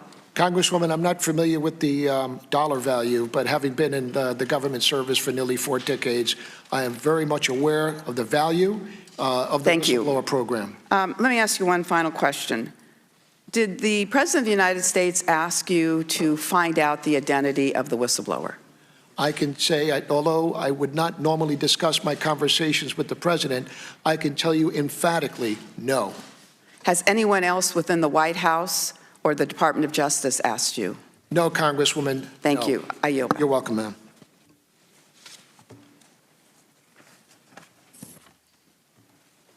Mr. Stewart. Mr. Maguire, thank you for being here today. I want you to know the good news is I'm not going to treat you like a child, and I'm going to give you a chance to answer your questions if I ask you something. I want to thank you for your service, and I'd like you to remind me, you said it earlier, how many years of service, military service do you have? I have 36 years of service in the United States Navy, 34 of those as a Navy SEAL. Okay, that's great. 36 years, 34 years as a Navy SEAL. I had a mere 14 years as an Air Force pilot. I proudly wear these Air Force wings. These are actually my father's Air Force wings. He served in the military as well, as had 5 of his sons. And for someone who hasn't served in the military, I don't think they realize how deeply offensive it is to have your honor and your integrity questioned. Some on this committee have done exactly that. They've accused you of breaking the law, and I'm going to read just one part of many that I could from the chairman. This raises grave concerns that your office, together with the Department of Justice and possibly the White House, have engaged in an unlawful effort to protect the president. And there's others that I could read, as they have sought, I believe, to destroy your character. So I'm going to give you the opportunity to answer very clearly. Are you motivated by politics in your work or your professional behavior? Excuse me, sir, I'm sorry. Are you motivated by politics in your work or your professional behavior?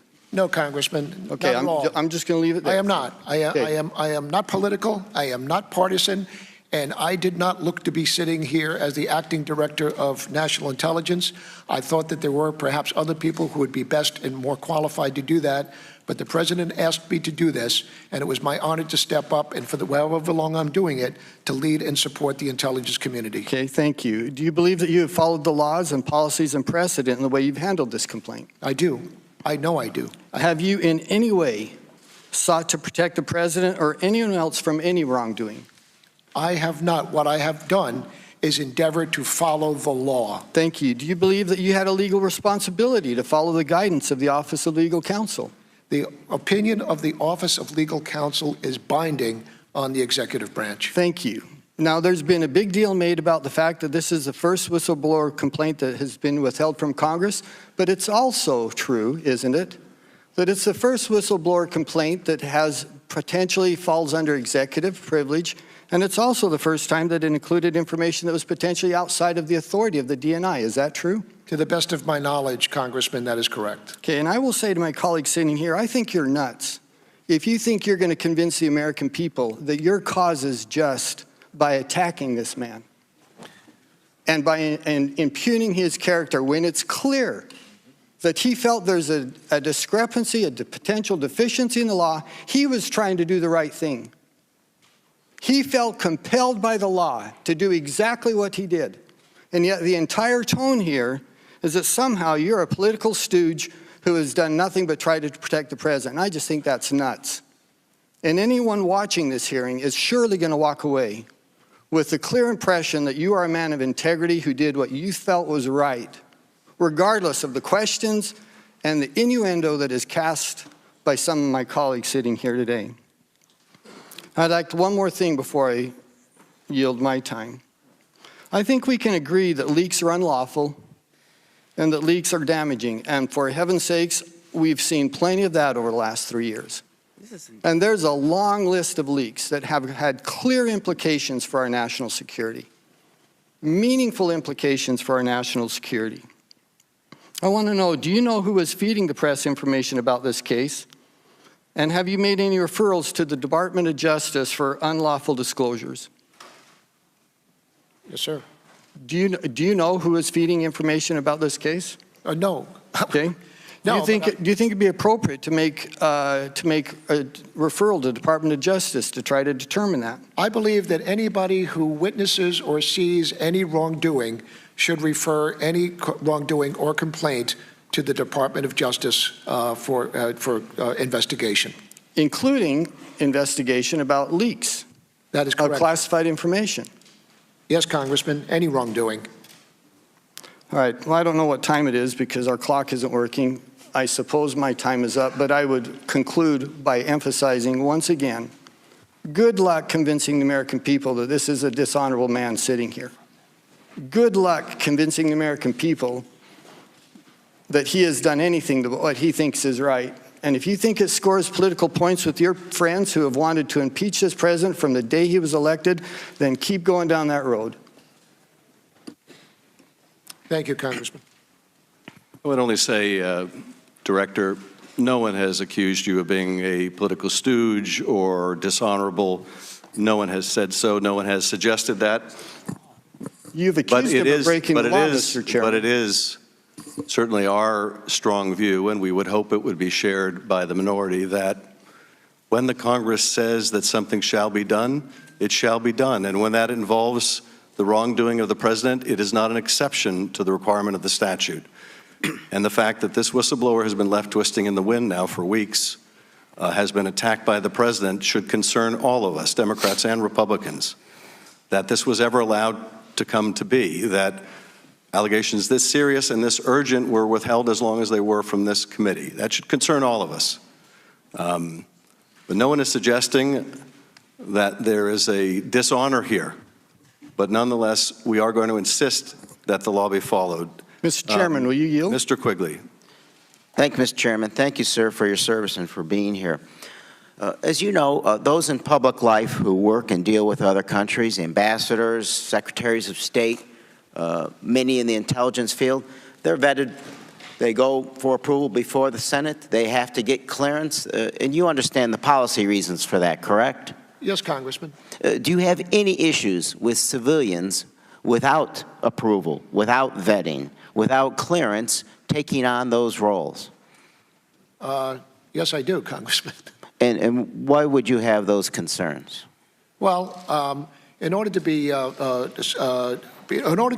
able to handle sensitive information, whether it be diplomatic or certainly intelligence information, one must be vetted. This is the important part of protecting national security.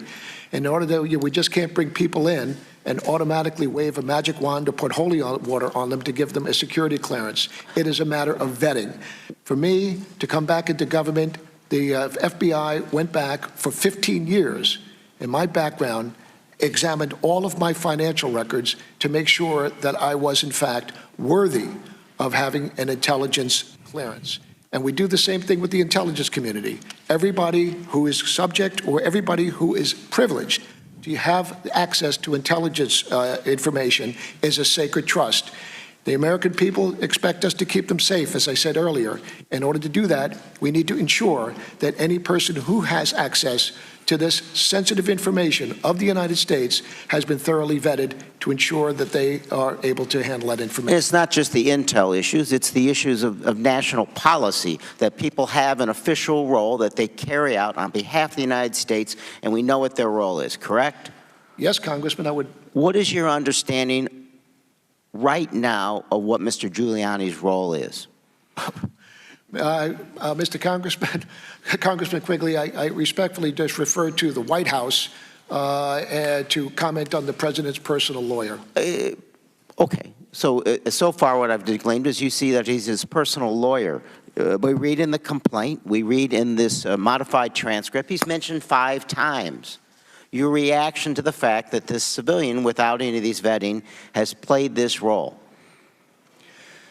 No, sir. All I'm saying is that I know what the allegations are. I'm not saying that the allegations are true, and that's where the committee... Well, I don't think there's any question the credibility of the complaint that's in the transcript. The president mentions and speaks highly of Mr. Giuliani, a highly respected man. He was the mayor of New York, a great mayor. I would like him to call you. I will ask him to call you along with the Attorney General. Your reaction to the civilian dealing with these. In the complaint, it talks about our national security. The Inspector General talks about this as the highest responsibility among those that the DNI has, and obviously Mr. Giuliani is playing this role. To your knowledge, does he have security clearance? I don't know. Congressman Quigley, I'm neither aware or unaware whether or not Mr. Giuliani has a security clearance. Before this all happened, were you aware of his role or understanding what his role was, doing what you do? Congressman Quigley, my only knowledge of what Mr. Giuliani does, I have to be honest with you, I get from TV and from the news media. I am not aware of what he does, in fact, for the president. Are you aware of any communication by Mr. Giuliani and your office about how he should proceed with this role, given the classified nature, the national security implications that are in the complaint, that are in the transcript, in the role that he is playing? Well, I have read the transcripts just as you have, so my knowledge of his activity in there is just limited to the conversation that the president had with the president of Ukraine. So we respect your role, and while we have differences of opinion, we continue to respect your integrity and your honor.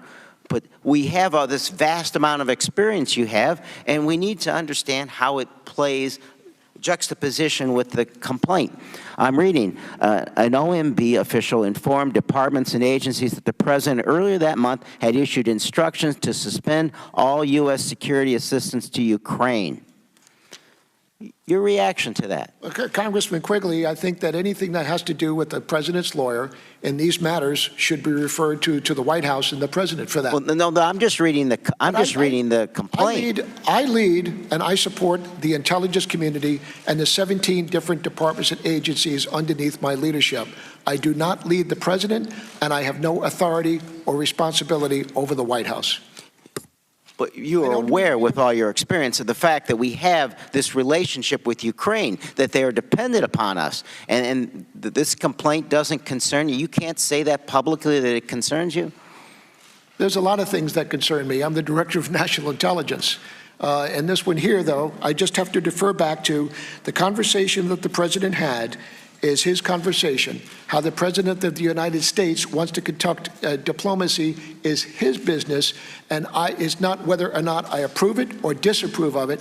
That is the President's business on how he wants to conduct that, sir. The issue is whether it commits a crime, and that bothers you. The time of the gentleman has expired. The Director, you may complete your answer if you wish. Excuse me, sir? If you wanted to respond, you may. No, I'm fine. Thank you, Chairman. Ms. Stefanik. Thank you, Mr. Maguire. Thank you for being here. We appreciate your life of public service. My question relates to prior to the transmission on August 26th from the IG to the DNI, were there any conversations that you had with the IG prior to August 26th related to this matter? Congresswoman, there's been a lot that's happened in the last several weeks.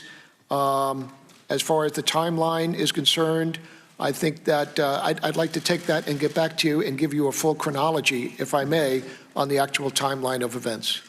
That would be very helpful to this committee in terms of if there were any preliminary conversations, what was discussed, and if there was any action taken as a result of those conversations. I want to turn to the complaint itself, which is made public for the American public to read. And let me preface this by saying that I greatly appreciate your statement that you believe the whistleblower is operating in good faith. I think that's very important for Americans to hear. But on page 1, and I'm not going to improvise for parody purposes like the chairman of this committee did, I'm going to quote it directly. On page 1, the complaint reads, quote, "I was not a direct witness to most of the events described."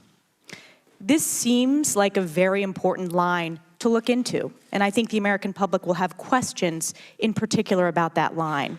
So my question to you is, for the record, did the IG fully investigate the allegations into this complaint at this time? Has the IG fully investigated the allegations in this complaint?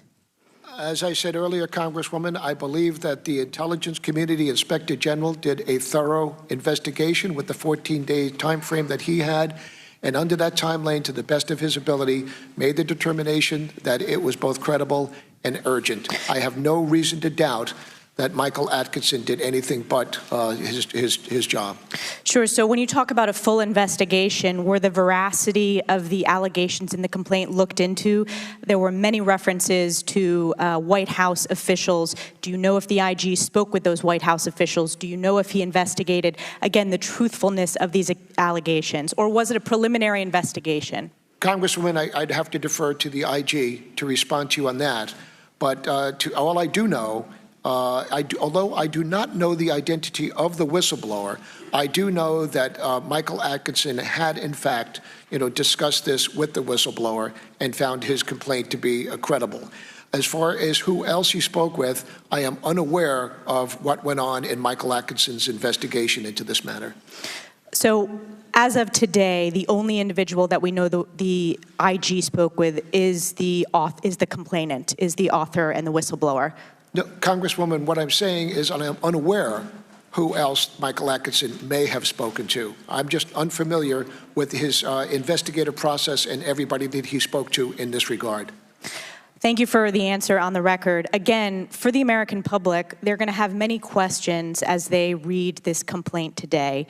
And because on page 1 it says no direct knowledge, I think it's very important that we that we have questions answered for individuals that do have direct knowledge. And with that, I yield back. Thank you, Congressman. Mr. Swalwell. Thank you. Mr. Maguire, do you agree that the definition of a cover-up is an attempt to prevent people from discovering a crime? I'd say that's close. I mean, I'm sure there's others, but I don't disagree with that, sir. And in the whistleblower's complaint, the whistleblower alleges that immediately after the president's call with the president of Ukraine on July 25, White House lawyers moved quickly to direct White House officials to move electronic transcripts from one computer system where it was normally stored to a secret classified information system. Is that right? Congresswoman, excuse me, sir, I apologize. Congressman, is that what was alleged in the whistleblower complaint? Congressman, yes or no? All I know is that is the allegation. Is that what, I'm asking you that. That's what's alleged. That's the allegation. And you read that allegation, and the first people that you go to after you read that allegation are the White House lawyers who are telling the White House officials who see this transcript and move it into a secret compartmentalized system. Those are the first people you go to. Well, let's say a couple of things. Is that yes or no? Yes, but okay, also, I'm gonna keep going here. So you get this complaint. Inspector General says urgent, credible. You have no wiggle room to not go to Congress, and instead you send your concern to the subject of the complaint, the White House. So did the White House tell you after you sent your concern about privilege, did they tell you to go to the Department of Justice next? My team, my counsel, in consultation with the Intelligence Community Inspector General, went to the Office of Legal Counsel. So, and we were not directed to do that. And Mr. Maguire, you said that this did not involve ongoing intelligence activities. However, the whistleblower says that this is not the first time that the president's transcripts with foreign leaders were improperly moved to an intelligence community code word system. Is that a part of the allegation? I believe that's in the letter, and I will let the letter speak for itself, sir. Well, what can also speak for itself is that if a transcript with a foreign leader is improperly moved into an intelligence community classification system, that actually would involve your responsibilities. Is that right? Not necessarily. That is, it is not underneath my authority and responsibility. And once again, this is an allegation that has been made, does not necessarily mean that that is a true statement. And the allegation was determined to be urgent and credible by the Inspector General. Is that right? Yes, it was. So Would you also want to know, though, considering that you are the Director of National Intelligence and transcripts are being moved into a secret intelligence system, whether other transcripts, perhaps maybe the President's phone calls with Vladimir Putin, with MBS of Saudi Arabia, or Erdogan of Turkey, or Kim Jong-un, would you want to know if those are also being improperly moved because the President is trying to cover up something? Congressman, how the White House, the office of the Executive Office of the President, and the National Security Council conduct their business is their business. Well, it's actually your business to protect America's secrets, is that right? It's all of ours, this committee as well. And if there's cover-up activity because the President is working improperly with a foreign government, that could compromise America's secrets, is that right? Congressman, there is an allegation of a cover-up. I'm sure an investigation and before this committee might lend credence or just prove that. But right now, all we have is an allegation for secondhand information from a whistleblower. I have no knowledge on whether or not that is true and accurate statement. The Department of Justice opinion you relied upon said that you are not responsible for preventing foreign election interference. Is that right? That was in the opinion. What the Office of Legal Counsel did was over 11 pages render an opinion defining and explaining their justification for it not complying with urgent concern. Are you responsible for preventing election interference? Election interference by a foreign government? Congressman, election interference. I hope you know this answer is yes or no. Are you responsible for preventing election interference? My election interference is I really hope you know the answer to this priority in question. the intelligence community. Is it your priority, though? Yes, it is. Okay, so this complaint also alleges a shakedown with a foreign government by the United States President involving a rogue actor, as Mr. Quigley pointed out, who has no clearance, no authority under the United States, and an effort by the White House to move the transcript of this call to a secret system. Is that right? That's at least what's alleged. Congressman, I believe that election security is my most fundamental priority. However, this complaint focused on a conversation by the President with another foreign leader, not election security. I yield back. Thank you. Thank you, Congressman.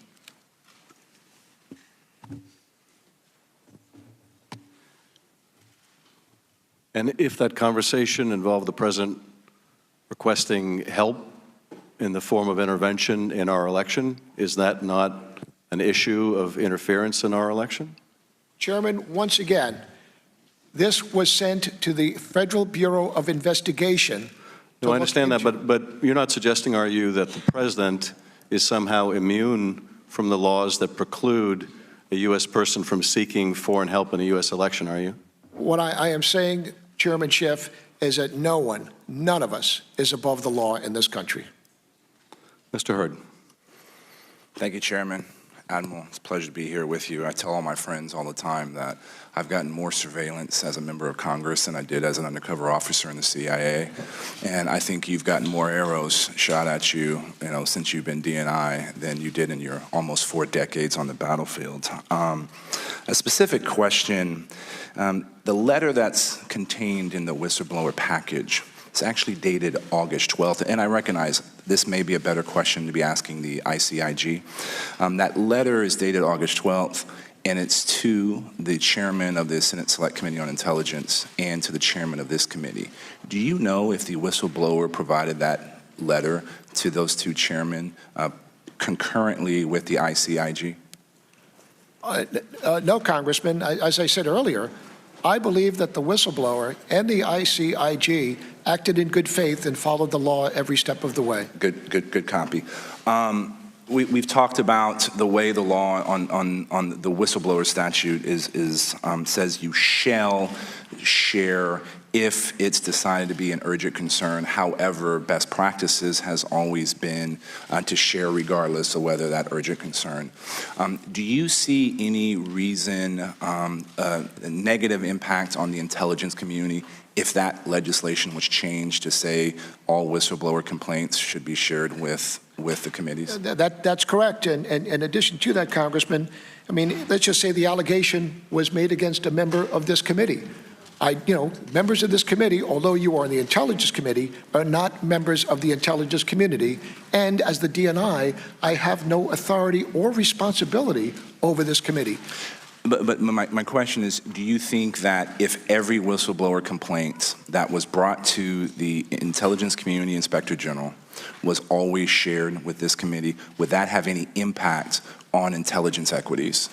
And I ask that because I don't know why, when the statute was written, that it didn't say all should be shared rather than only urgent concern. And my question to you as the head of the intelligence community, do you think if we change that law, would it have impact on intelligence equities? I don't think that a law could be changed to cover all things that might possibly happen. I think we have a good law. I think it is well written. However, as I said, Congressman, this is unprecedented, and this is a unique situation. Why this one is, this is why we're sitting here this morning. Sure, and I hope we're not in this position again. However, if we do find ourselves in this position again, I want to make sure that there's not any uncertainty in when information should be shared to this committee.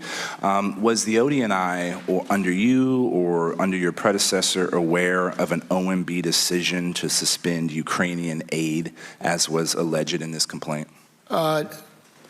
As far as I am concerned personally, Congressman, no, I have no knowledge of that, and I am unaware if anybody within the ODNI is aware of that. I just don't know the answer to that.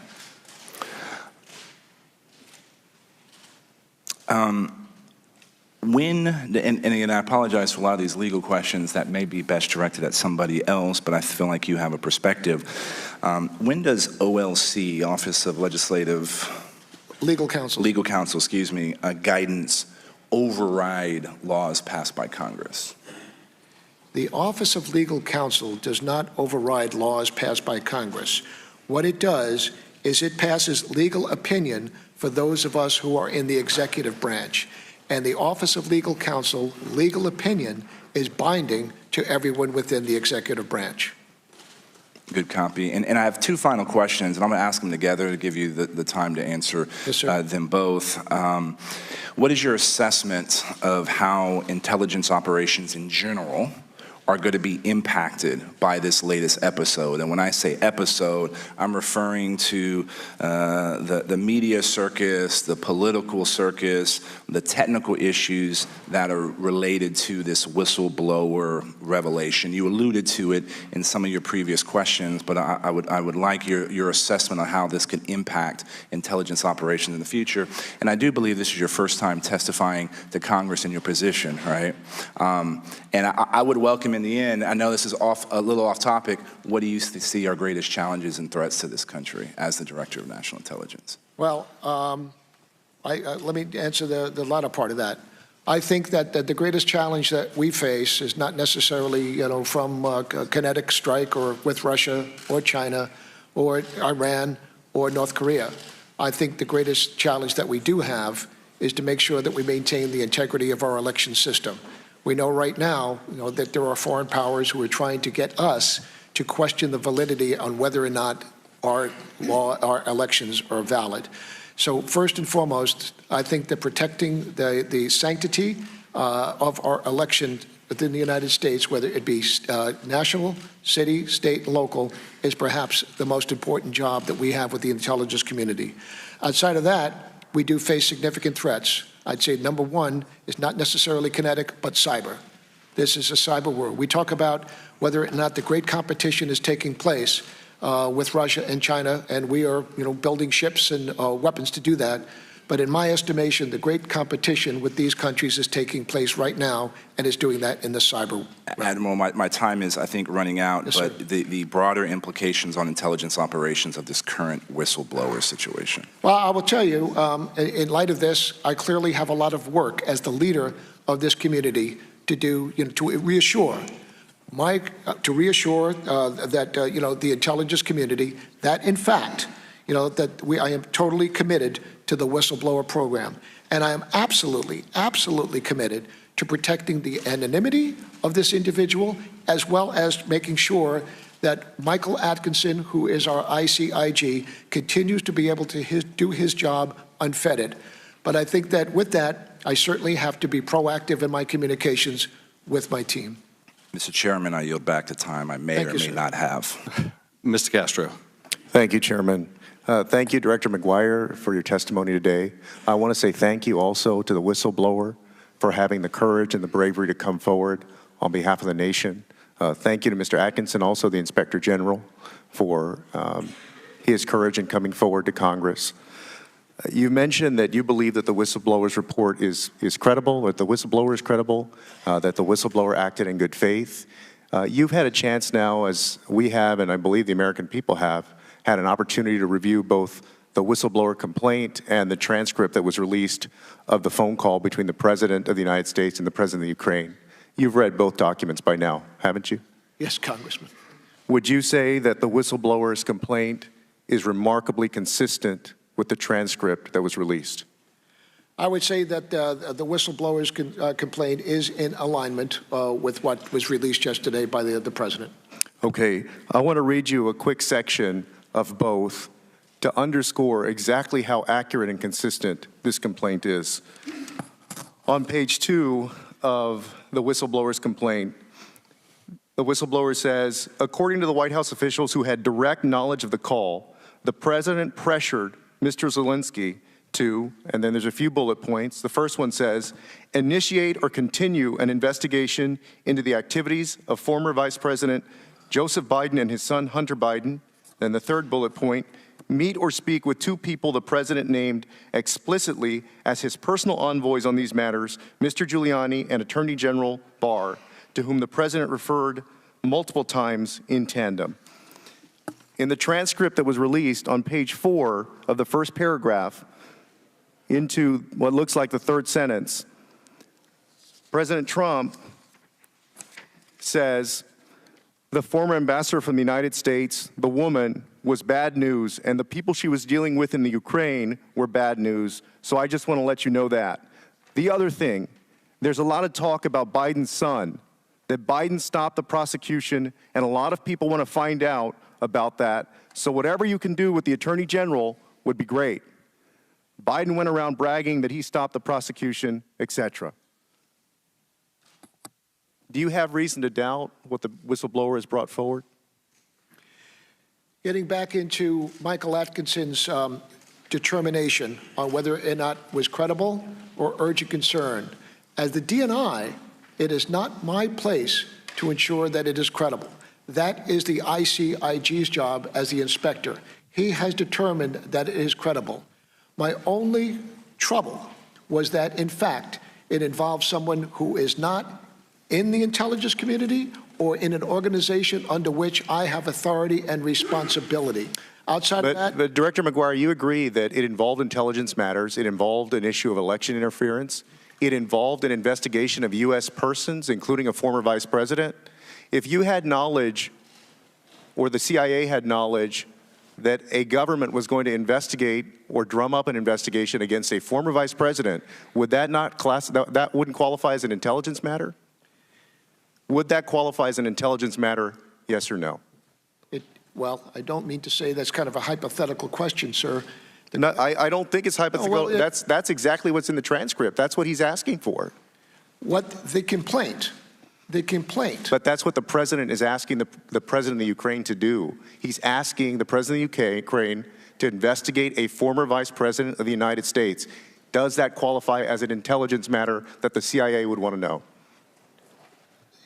The conversation was by the President to the President of Ukraine, as you know, and it is his— I am not— But Mr. Maguire, I understand, but that cannot be an ultimate shield against transparency. It can't be an ultimate shield against accountability. The President is not above the law. One thing that you haven't told us is if your office or if the Inspector General is not able to investigate, then who is able to investigate? Congressman Castro, once again, sir, as I mentioned several times so far, although it did not come to the committee, the complaint was referred to the Judicial Department for criminal investigation. This was not swept under the rug. I have one more question for you. Why did your office think you should appeal the IG's determination about quote-unquote urgent concern to the DOJ? That has never been done before. It's never been done before.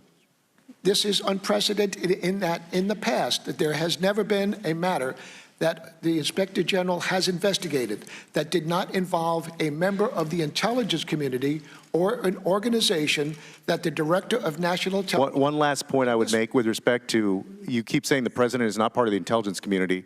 I believe he is. The President, you agree, has the ability to declassify any single intelligence document. Do you agree that's true?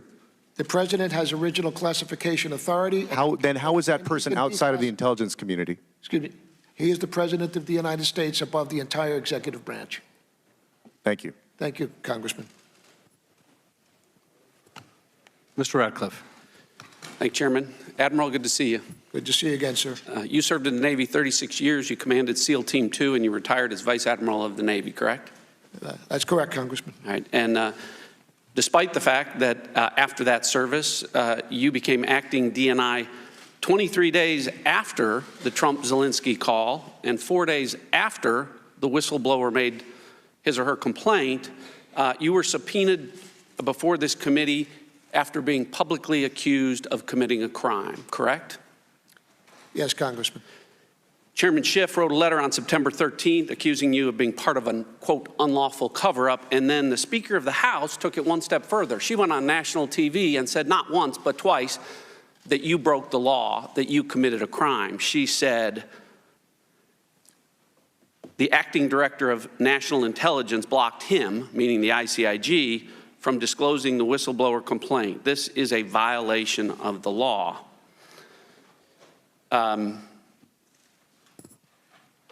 You were publicly accused of committing a crime. You were also falsely accused of committing a crime. As you have so accurately related, you were required to follow not just an opinion of what the law is, but the opinion from the Justice Department, an 11-page opinion about whether or not you were required by law to report the whistleblower complaint, correct? That's correct, Congressman. And that opinion says, the question is whether such a complaint falls within the statutory definition of urgent concern that the law requires the DNI to forward to the Intelligence Committee. We conclude that it does not. Did I read that accurately? Yes. I better have, right? That's an opinion not from Bill Barr. That's an opinion from the Department of Justice ethics lawyers, not political appointees, but career officials that serve Republicans and Democrats, the ethics lawyers at the Department of Justice that determined that you did follow the law. So you were publicly accused, you were also falsely accused, and yet here today, I haven't heard anything close to an apology for that.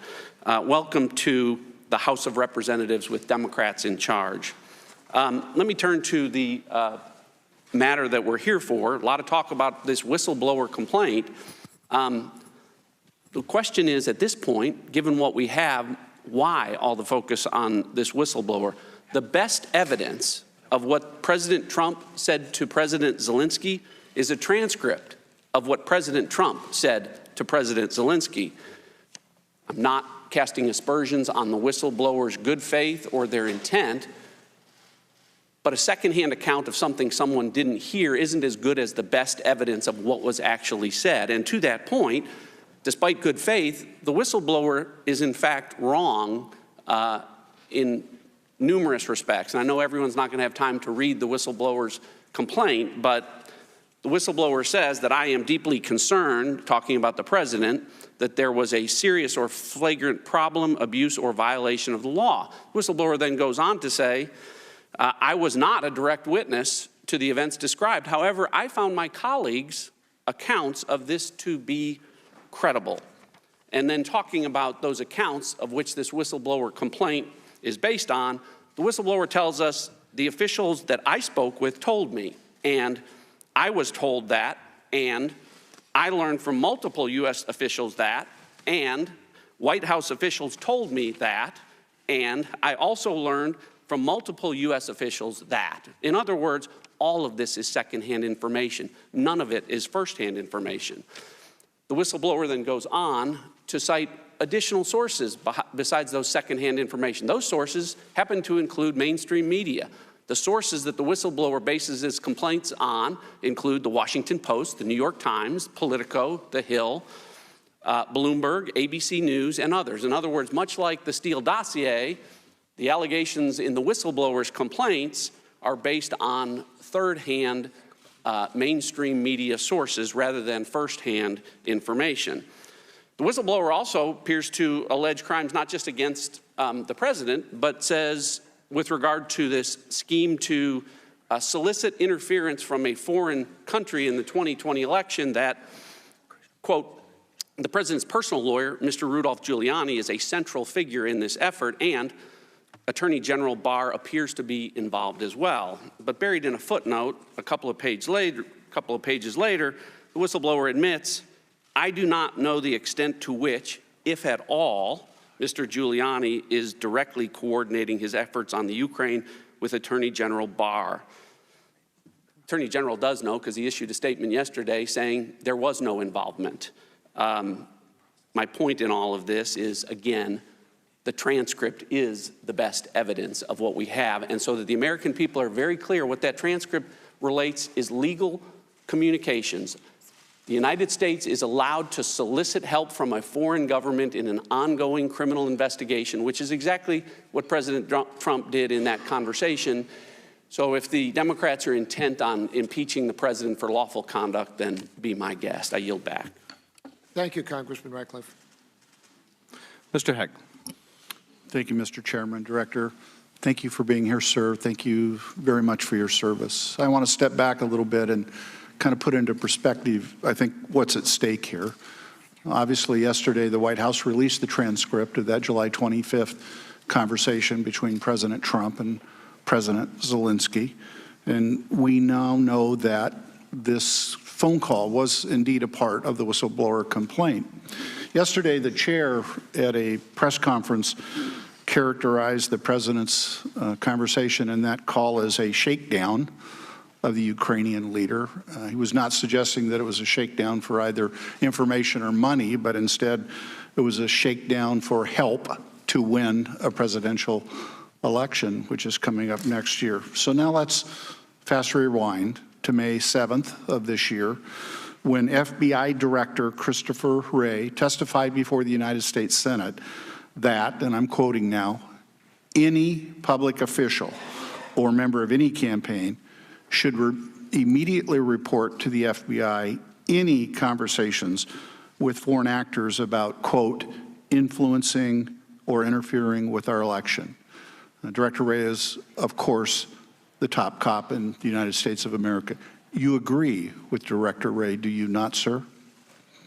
Congressman Heck, I do not disagree with Director Wray. And is that the same thing as you agree with him, sir?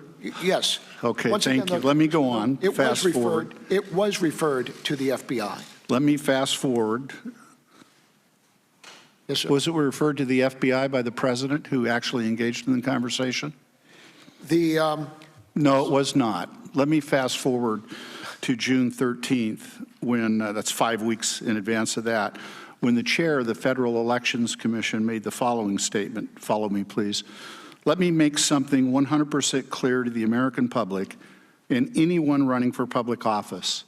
It is illegal for any person to accept, solicit, or receive anything of value from a foreign national in connection with the U.S. election. This is not a novel concept. Election intervention from foreign governments has been considered unacceptable since the beginnings of our nation. Do you agree with the FEC chair, Weintraub, Mr. Director? I agree that our elections are sacred, and any interference from an outside source is just not what we want to do. And to solicit or accept it is illegal. I don't know about that. I'm not a lawyer, sir. I don't mean to be evasive, but I can't. So you think it is okay for a public official to solicit, or it may be okay. You do not know the law in this regard. You think it may be okay for a candidate or an elected official to solicit foreign interference in our election? I cannot believe you're saying that. You're not really saying that, right? No, I'm not saying that, Congressman Heck, at all. So we should note that the FEC chair was prompted to say this because it was just literally the day before that the President of the United States sat at the Resolute desk in the most iconic room in the United States, the Oval Office, and said that FBI Director Wray was wrong You're obviously disagreeing with that. He also said that he would consider accepting foreign help. And of course, yesterday we learned that the president did in fact do exactly that, solicited that help.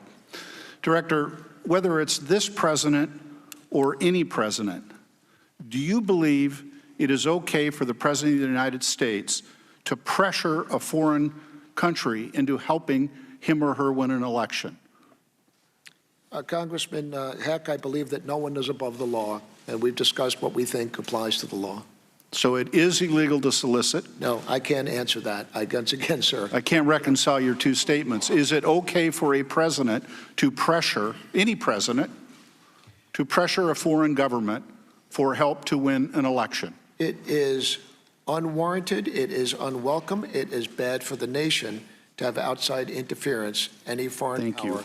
Thank you. And by extension, it would be equally unacceptable to extort that assistance as well. I mean, all I know is that I have the transcripts as you have. I have the whistleblower complaint as you have.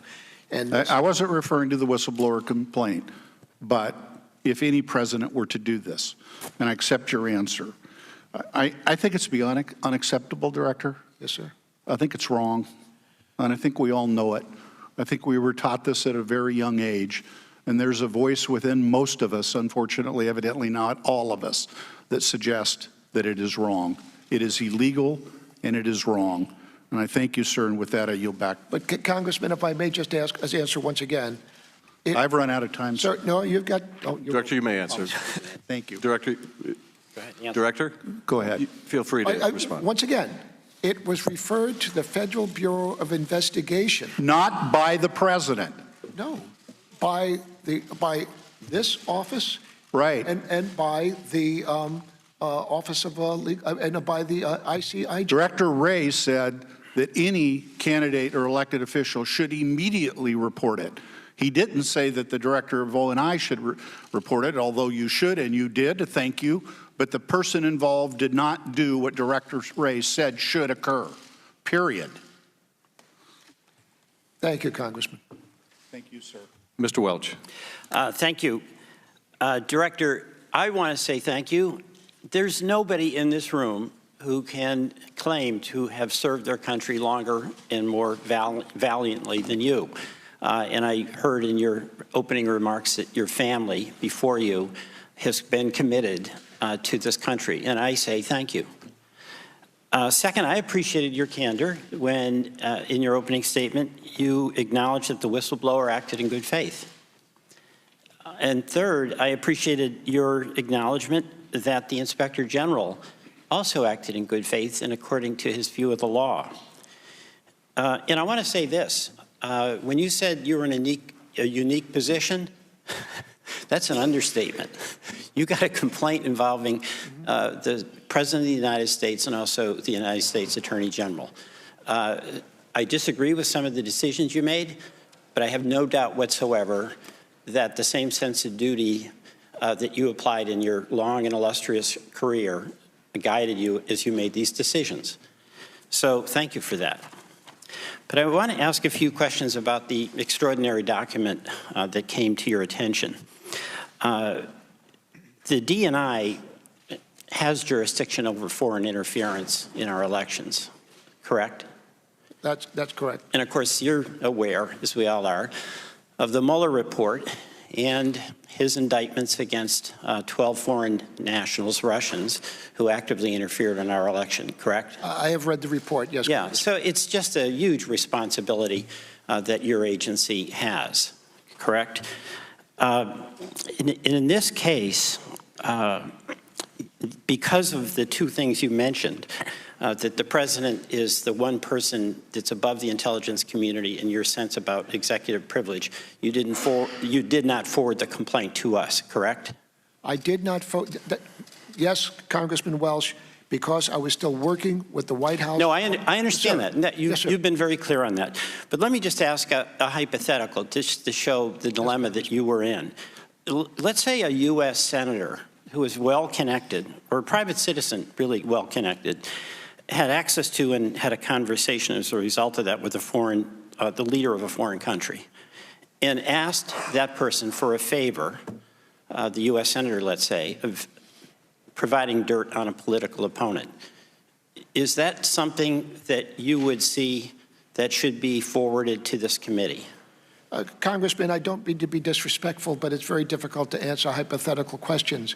I'm not sure I understand. Well, I won't make it hypothetical. Let's say instead of being a conversation between President and the President of Ukraine, it was a U.S. Senator who, let's say, was the head of the Foreign Relations Committee and was asking for the foreign leader. I understand. So would you forward that to our committee? Sir, that would not be, once again, I think I mentioned that a little bit early in our conversation, that the United States Senator is not a member of the intelligence community, and the Director of National Intelligence, does not have the authority and responsibility for the U.S. Senate.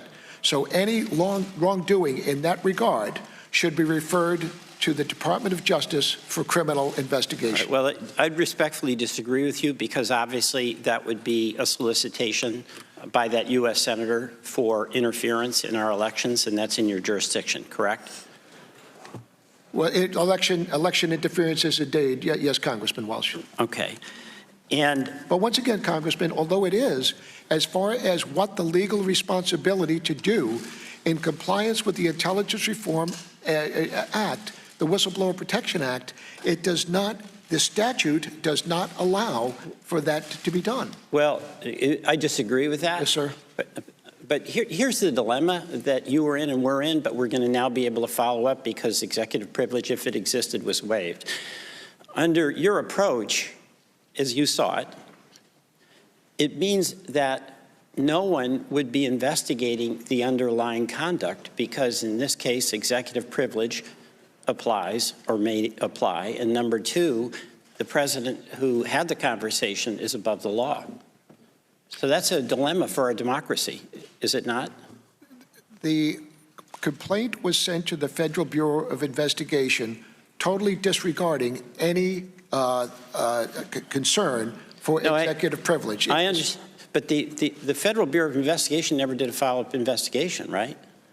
I believe that they have concluded the investigation. I'm not sure. In addition to being involved with this matter here, I also have other pressing matters. As Director, I apologize. And the Justice Department, led by Mr. Barr, who is the subject of the complaint, is the department that provided the opinion that there's no action to be taken. I believe that the Attorney General was mentioned in the complaint, not Correct. necessarily subject of the complaint, sir. Well, he was mentioned. Yes, sir. All right, I yield back. Thank you. Congressman Wells, thank you, sir. Thank you. Mr. Maloney.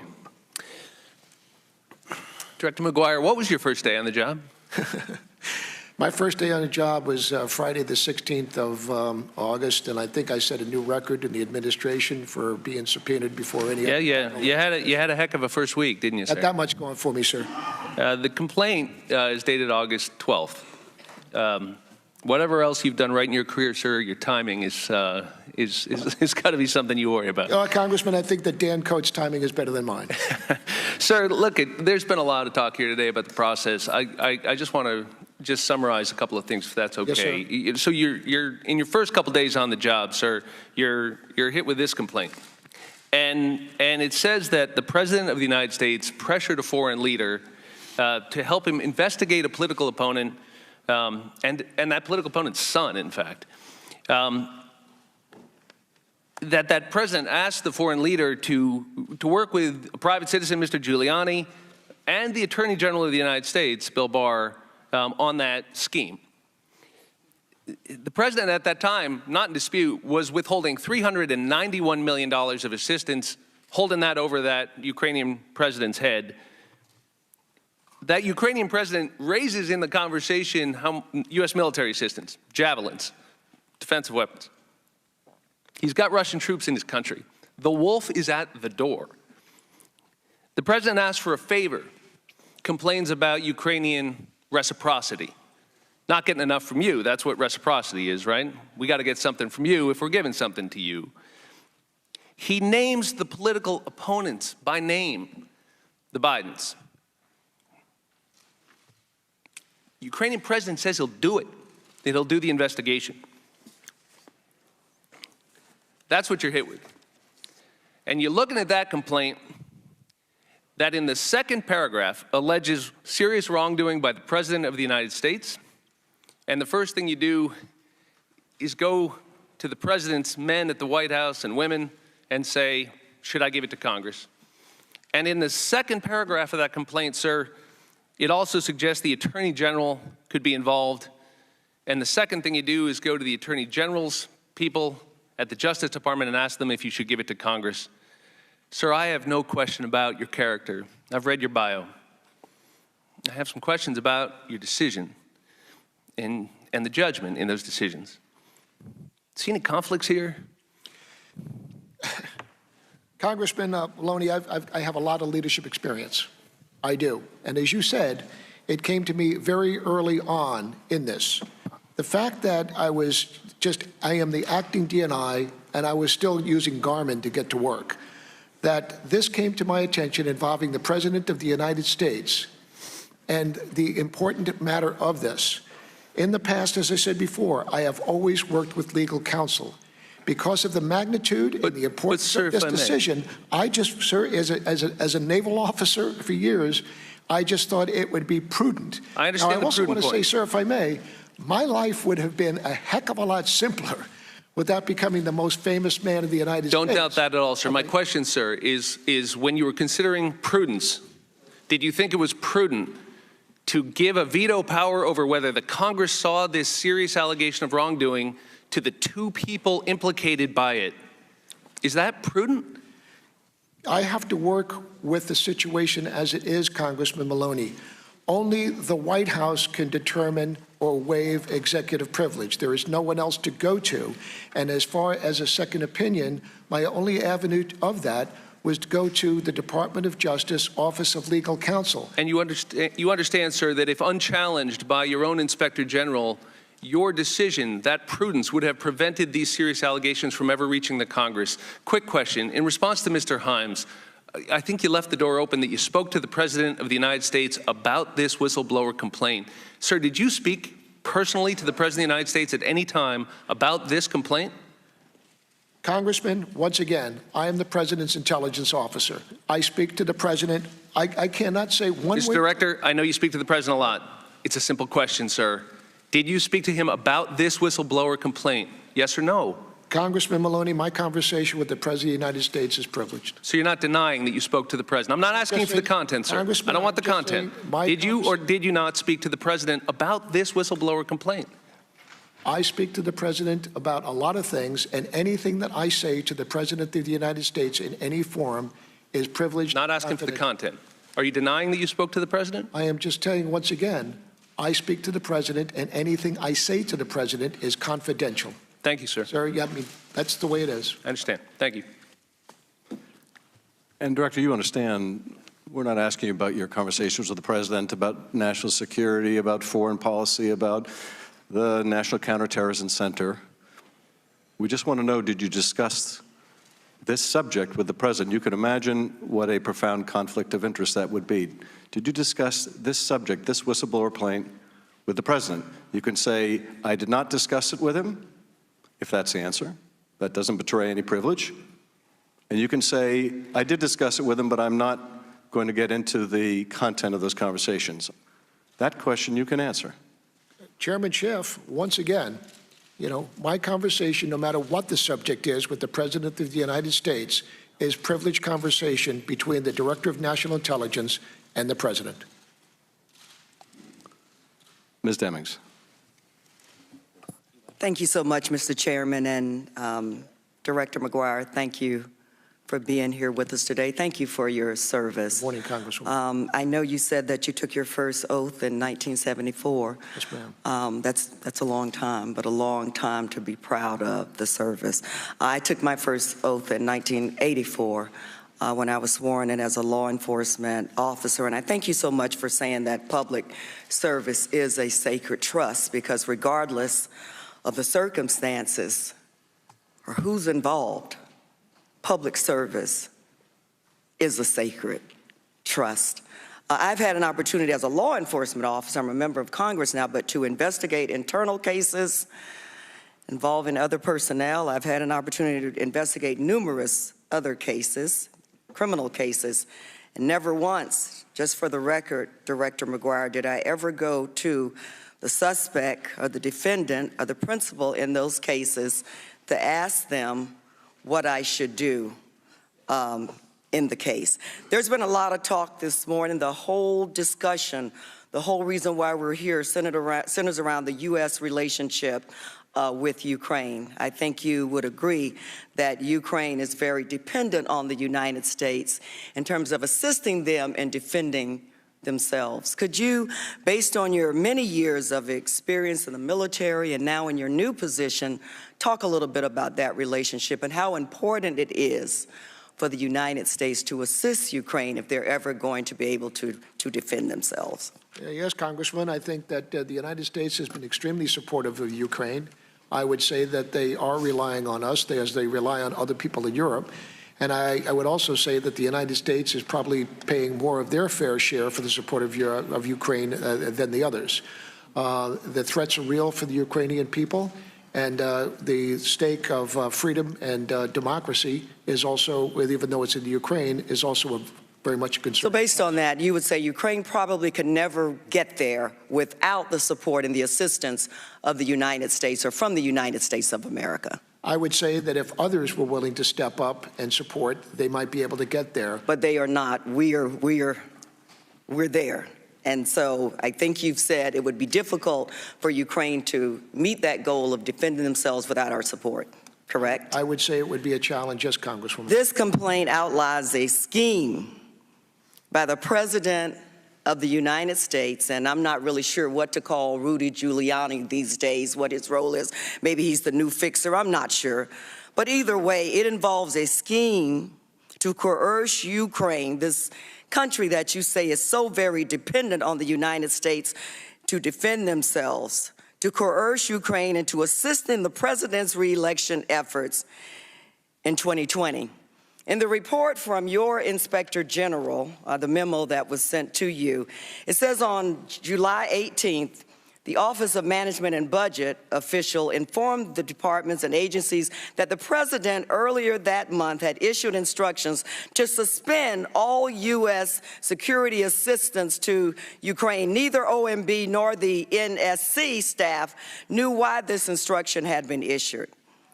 During interagency meetings on the 23rd of July and the 26th of July, OMB officials again stated explicitly that the instruction to suspend this assistance had come directly from the president, but they were still unaware of a policy rationale.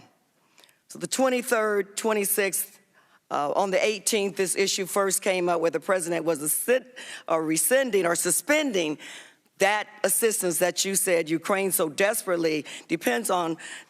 Director Maguire, we deal in what's reasonable here. And I believe your Inspector General included that in the report because this whole issue is about Ukraine's position, relationship with the United States, their dependency on the United States, and the president's efforts to coerce Ukraine into engaging in an illegal and improper investigation. Do you believe that's why your Inspector General added that about suspending their support to Ukraine? I think that Michael Atkinson found it to be credible, and he viewed that it was a matter of urgent concern to forward to this committee. Do you think it's reasonable for the American people and for this committee on both sides to believe that there is a correlation or a nexus between the president suspending the aid and the conversation that took place on the follow-up conversation? Yes, Congresswoman, that is the allegation that is made, and I did not have access to the transcripts. My only information was the ICIG's cover letter and the allegation, whistleblower allegation. The other information coming to light yesterday, as released by the president, changes things in different light. Mr. Chairman, may I just ask one more quickly question? Without objection. My understanding is that the Inspector General is a career intelligence person. He's worked in the Department of Justice. He's received numerous awards for outstanding, exemplary performance. Did you have any reason to deny or not believe his conclusions in every area of this report that he was directly involved in? Congresswoman, Michael Atkinson is a valued and trusted colleague. I respect him tremendously. The question came down to, as we just over and over again, urgent concern and whether or not the intelligence community Whistleblower Protection Act, as written, allows me to forward it to this committee. That's where I got stuck, ma'am, and I'm sorry. Thank you, Director. Thank you, Congresswoman. Mr. Krishnamurthy. Mr. Maguire, thank you so much for your service to our country, and thank you for your patriotism. I want to ask you a couple questions about the time surrounding July 25th to the time that you came into office as DNI. As you know, the phone call between President Trump and the Ukrainian president happened on July 25th of this year, correct? I believe July 25th, I believe, sir. At least one of them happened on July 25th. At that time, the DNI was Dan Coates, and his deputy was Sue Gordon. As you know, the whistleblower claim was filed on August 12th of this year, and then you took office on August 16th, 4 days later. Yes, sir. Prior to taking your new job, or since, did you discuss the July 25th call or the whistleblower complaint with DNI Coates? I wouldn't have taken the job if I did. No, sir. And how about with Sue Gordon? No, not at all. I don't believe, to the best of my ability, I do not think that either Director Coates or our principal deputy, Sue Gordon, have any sense whatsoever about this whistleblower complaint or that Michael Atkinson had it. Before your current role, did you discuss Ukraine with President Trump? No, Congressman. I haven't discussed Ukraine with anybody. Let me put it to you that way. You haven't discussed Ukraine with anybody in your current role as the acting DNI? Well, as we intelligence reports, we've got about 190 countries out there, so whatever the President's daily brief is and matters that pertain to that. But as far as intelligence equities in that region right now, this has just not been something that has come to my attention in the 6 weeks that I've been the acting DNI. Now, turning to the whistleblower and the Inspector General, you don't know the identity of the whistleblower, right? Congressman, I do not, and I've made it my business to make sure that I do. Correct. And you don't know his political affiliation, obviously. I do not. I do not know this individual. Or her political affiliation. And, of course, you believe that the whistleblower was operating in good faith. I do. And without bias. I don't know about that. I do not know about that. I do believe that the But you have no reason to believe that he or she was acting with bias, correct? I just believe that the whistleblower was acting in good faith. But you have no reason to believe that the person was biased? I would not know whether he biased or not biased, sir. I just don't know. And, of course, you will do everything you can to protect the whistleblower from any attempts to retaliate against him or her, correct? I will not permit the whistleblower to be subject to any retaliation or adverse consequences for going to the IG. I am absolutely committed to that. And unlike the whistleblower, you do know the Inspector General, obviously. Yes, and I hold him in high esteem. And like the whistleblower, he also operated in the highest faith, right?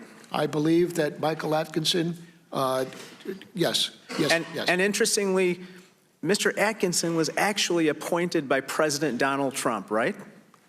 Yes, he was. He's a presidential appointee. At what lends real credibility to the whistleblower's complaint is the fact that Mr. Atkinson, an appointee of the president, would actually bring forward a complaint against his boss. And that's something that is especially courageous.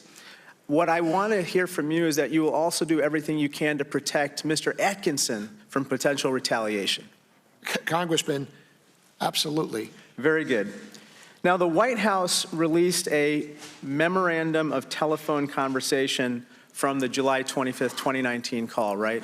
I believe that was what was transmitted yesterday morning, sir. And they call that a telcon in the jargon of these memoranda. Is that right? I'm familiar. This is the first time I've ever seen the transcript of a presidential conversation with a foreign leader. Okay, have you been? Telcon would be short for telephone conversation, though. Exactly. And have you been a party to a conversation between the president and a foreign leader on a phone call? When I am in the office to provide the intelligence brief to the president, some foreign head of state might call in. The president may either ask us to leave or just stay there for a brief call from time to time. Yes, sir. And there are note takers who actually scribble down furiously what's being said on those calls. If they are note takers, they would not be in the Oval Office with us. They might be listening somewhere else, sir. Like from the Situation Room. Right. And in this or where, I don't know, but somewhere within the White House, yes. And within this particular situation, maybe more than a dozen people were on the phone call. That's the allegation, yes. And they were all taking notes, presumably. If they're good public servants, yes, Congressman. Were you were you ever a party to a call where the notes that you took were then given to someone at the White House for keeping? I have never been party to any call other than my own. I would take notes for my own at my level or as the director of National Counterterrorism Center, but I have never been privy to a conversation with the president where I would be involved in taking notes. It would just be happenstance. I happened to be there, and he felt comfortable enough to leave me for a brief conversation. But it's not anything that I would be in that office particularly for that matter. Thank you for your service. Well, thank you, Congressman, very much. Thank you. And I'd like to recognize the ranking member for any final questions that he would have. Thank you, Mr. Chair. Mr. Maguire, I just want to thank you for your attendance here today. Congratulations for surviving legal word challenge charade today. I expect hopefully we'll see you behind closed doors like this is supposed to be done. And I would just urge my colleagues on the other side of the aisle, if they would like to impeach the president, they need to go to the floor of the House and actually call for a vote. The Intelligence Committee is not an appropriate place to try articles of impeachment. So there is a process in the Constitution that I would advise you all follow. In the meantime, Director Maguire, I want to apologize to you for being accused of crimes that you have not committed. It's totally inappropriate behavior for anyone to accuse someone that served 4 decades like you. I hope you do not have to go through this any longer. And with that, I yield back the balance of my time. Thank you, Ranking Member. I appreciate it, sir. Director, I have a few more questions. Just to follow up, because I thought I heard you say a moment ago that you had no communication with the president on the subject of Ukraine. Did I understand you to say that? I have not particularly had any conversation with anyone on the subject of Ukraine that didn't deal with the matter that we have right now in regard to the whistleblower complaint. So not particularly with the Office of Legal Counsel as far as mentioning Ukraine or as far as the Justice Department. All I did was send the documents forward. The allegations are in there, and I just let the documents speak for themselves. So you're saying that you did not have any conversation on the subject of Ukraine that did not involve this complaint? That's correct, sir. I mean, I've been in the acting DNI for 6 weeks. I'm just trying to understand, because that is suggestive that you did have a conversation involving the complaint with the president. No. That is not what I said, sir. Okay. Director, you mentioned early on when we were on the subject of what the Inspector General was able to investigate or not investigate, whether the president is within the intelligence community or subject to the intelligence community. And by the way, the statute doesn't require that the subject of the complaint be within the intelligence community. It requires the whistleblower to be an employee or detailee. It doesn't require that the subject, the person complained of, be an employee of the intelligence community. But you have adopted an interpretation by the Justice Department that essentially says the president is above the director, therefore the president is not subject to the jurisdiction of the director, therefore it doesn't meet the definition of urgent concern, therefore the Inspector General is done. Inspector General can't investigate anymore. That's the Inspector General's reading of the department opinion, that he is no longer allowed to investigate this. Is that your reading as well? Chairman, not necessarily the president, but the allegation has to relate to the funding, administration, and operation of an intelligence activity within the responsibility and the authority of the Director of National Intelligence. Okay, well, I'm just This trying to matter get did not. to whether the president is somehow beyond the reach of the law. No, sir. No person in this country is beyond the reach. Well, that's the way it should be, but I'm trying to figure out whether that's the way it is as a practical fact. The Inspector General believes that based on the opinion that you requested of the Department of Justice, he is no longer allowed to look into this because it doesn't meet the definition of an urgent concern because it involves the president. Is that your understanding of the department opinion as well, that the Inspector General no longer has jurisdiction to look into this? It is my understanding that both the Inspector General As we listen to and Acting DNI Joseph Maguire answer the last questions of this panel, we want to show you the picture on the right side of your screen. That's President Trump just departing Marine One, about to board Air Force One for the trip back to Washington. He is at JFK Airport. Of course, he's been in New York for the opening session of the General Assembly at the United Nations. Obviously not going to be taking any questions here as he boards the aircraft, but likely well aware of what is happening right now in Washington. This hearing with the acting head of the DNI, who is defending his handling of a whistleblower complaint that was made public today. Among the complaints that the President Trump is using the power of his office to solicit interference from a foreign country. Our chief foreign affairs correspondent, Andrea Mitchell, is with me here as well. Give us the big takeaways of the last 2.5 hours of testimony. Well, most of this was not about the complaint, which was released along with the Inspector General's cover letter, which is quite long. This was about whether or not he should have just turned it over, as the law requires, according to the Democrats on the committee, within 7 days automatically, once the Inspector General had said that the whistleblower's complaint was of urgent concern and was credible. Instead, what he acknowledges now he did, and this is new today, he consulted the White House. He turned to the White House first, which would mean the White House counsel and any other official in the White House, as well as the Justice Department. We did know that.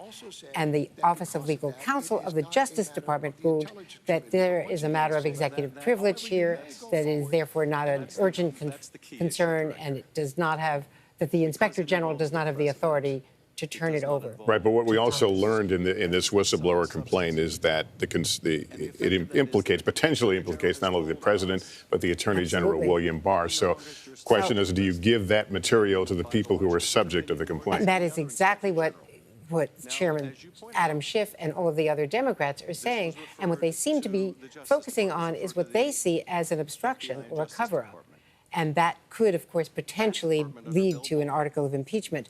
There are a lot of details now in the whistleblower complaint involving the allegation that White House officials were concerned that members of the White House staff, presumably the National Security Council staff, had taken the transcript or notes thereof of that Zelensky-Trump phone call and placed it in a code word, highly secret classified computer from which it could not be obtained, inappropriately put it in a place reserved for covert action, for the highest classified secrets, as a matter of covering up a politically sensitive conversation rather than something involving such a top covert operation. And we should note that this is just the last questionings here.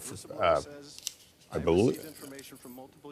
Yeah, I believe that we're hearing the last questions of this hearing. Let me go to Chuck Todd right now, moderator of Meet the Press. Chuck, we have, I think from the questions, we know where Republicans are coming at from this, that this is second and third hand information. Does that make it any less of a bombshell, however? I don't think it does. I think, I think it felt as if some of the Democratic questioning today was almost entirely based on the assumption that we weren't going to yet have the whistleblower's actual report in our hands to read. And so I think I was surprised at times that they missed opportunities. I thought a few took opportunities to actually get some of the details surfaced up into this hearing. Again, it was at times, there was a big focus, and understandably so. It seems as if Adam Schiff and the Democrats believe there was a cover-up going on, and that's where they focused of sort of what took it so long, why did he go to the White House? But you could argue that the decision to put this on national television certainly was an opportunity to get more of the actual complaint front and center. And I just was surprised at how much of the details of the complaint itself we didn't hear about. Joaquin Castro, one of the exceptions, who actually at times read from the call itself and read from there. So on that score, it seems as if it's almost as if their game plan for how they were going to question Mr. Maguire was based on the assumption that we wouldn't have had the whistleblower report. All right, Chuck, we're going to dip back into the hearing for a moment. And you've told us that you have no reason to believe otherwise. Am I right? I had no reason to doubt a career Inspector General lawyer in his determination on whether or not it was credible. That is something for Michael to determine. And let me ask you this. The whistleblower also says over the past 4 months, more than half a dozen U.S. officials informed me of various facts related to this effort to seek foreign interference. You would agree that we should speak to those half a dozen U.S. officials, would you not? I think that you have all the material that the committee needs, and I think it's up to the committee how they think they need to proceed. Well, I'm asking your opinion. As the head of our intelligence agencies, do you think that we should talk to those other people and find out whether the whistleblower is right? My responsibility was to get you the whistleblower letter, the complaint, and the other information released. I have done my responsibility. That is on the shoulders of the legislative branch and this committee. Well, let me ask you this, Director. The whistleblower also says, I am also concerned that these actions pose risks to U.S. national security and undermine the U.S. government's efforts to deter and counter foreign interference in U.S. elections. You would agree, if there's a credible allegation along those lines, that we should investigate it? I agree that if there was election interference, the complaint was not about election interference. It was about a classified, confidential, diplomatic conversation involving election interference by the president, sought by the president. That doesn't take it out of the realm of seeking foreign assistance. It makes it all the more pernicious. Wouldn't you agree? As I said, I don't disagree with the IGIC's assessment that it was a credible matter. The whistleblower further says, namely, he, the president, sought to pressure the Ukrainian leader to take actions to help the president's 2020 re-election bid. You would agree that that should be investigated? Not necessarily, sir. I mean, as far as it was investigated by the Federal Bureau of Investigation. No, it wasn't. Yes, it went to the... No, the Department of Justice concluded that this wouldn't violate the election laws. Now, no one can understand how they could reach that conclusion after the 2 years we went through, but nonetheless, they didn't authorize the FBI to investigate it. You would agree someone should investigate this, wouldn't you? I referred it, if I didn't, I would not have referred it to the Justice Department and to the FBI. Well, then I'm glad that we're in agreement. The whistleblower says they told me that there was already discussion ongoing with White House lawyers about how to treat the call because of the likelihood in the officials' retelling they had witnessed the president abuse his office for personal gain. You would agree that that should be investigated, wouldn't you? All I know is that that's the allegation. Right, and it's credible and therefore should be investigated, right? Well, again, it is hearsay, secondhand information. It should come to this committee for further investigation. Thank you. And I mean, you have it. You have the documents. I just wanted to confirm that we're in agreement that you think the committee should investigate it. The whistleblower also says Donald Trump expressed his conviction that the new Ukrainian government will be able to quickly improve Ukraine's image and complete the investigation of corruption cases that have held back cooperation between Ukraine and the United States. This is the whistleblower citing the Ukrainian readout. You would agree that if the Ukrainian readout, when they're talking about corruption cases, is talking about investigating Biden and his son, and that has held back, the failure to do that has held back cooperation between our two countries, that should be investigated, right? That's of a national security dimension? I don't agree with any of that. I did not agree that it should be investigated. What I said was that I complied with my requirement to send you the documents. Well, Documents that come to this committee, and that it is up to the chair, the ranking member, and this committee members to decide what to do with that information. I'm in no position to tell the chair or the committee to do an investigation or not do an investigation. I find it remarkable that the Director of National Intelligence doesn't think credible allegations of someone seeking foreign assistance in a U.S. election should be investigated. Let me ask you this. The whistleblower further says in the days following the phone call, I learned from multiple U.S. officials that senior White House officials had intervened to lock down all the records of the phone call. Do you have any reason to believe that the whistleblower's allegation there is incorrect? I have no idea whether it is correct or incorrect, sir. Someone should find out, though, right?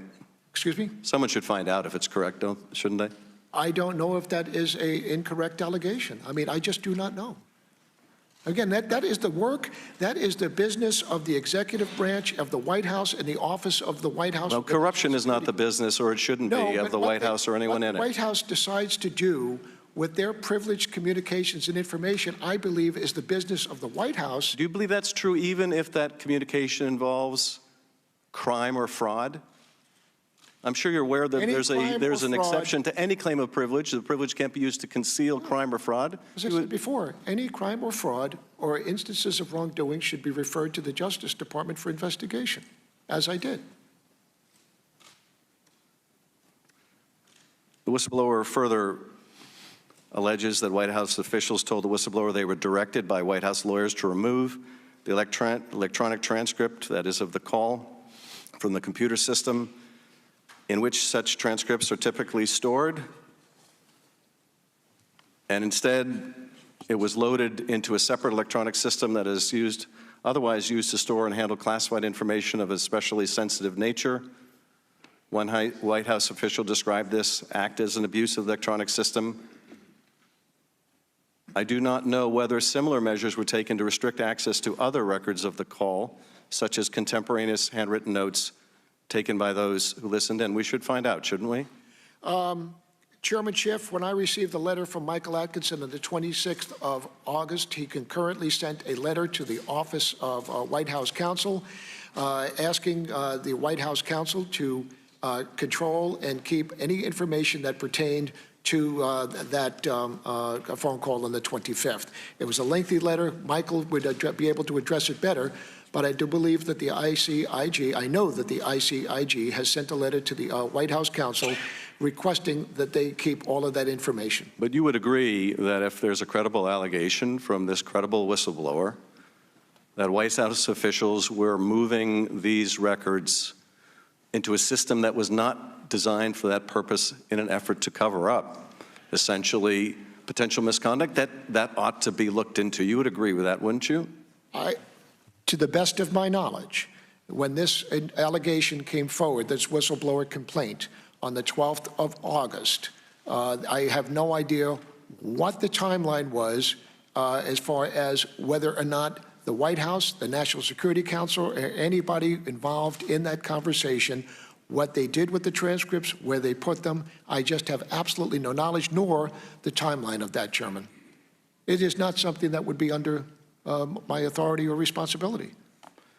The whistleblower makes a series of allegations involving Mr. Giuliani, cites a report in the New York Times about his planned trip to Ukraine to press the Ukrainian government to pursue investigations that would help the president in his 2020 re-election bid.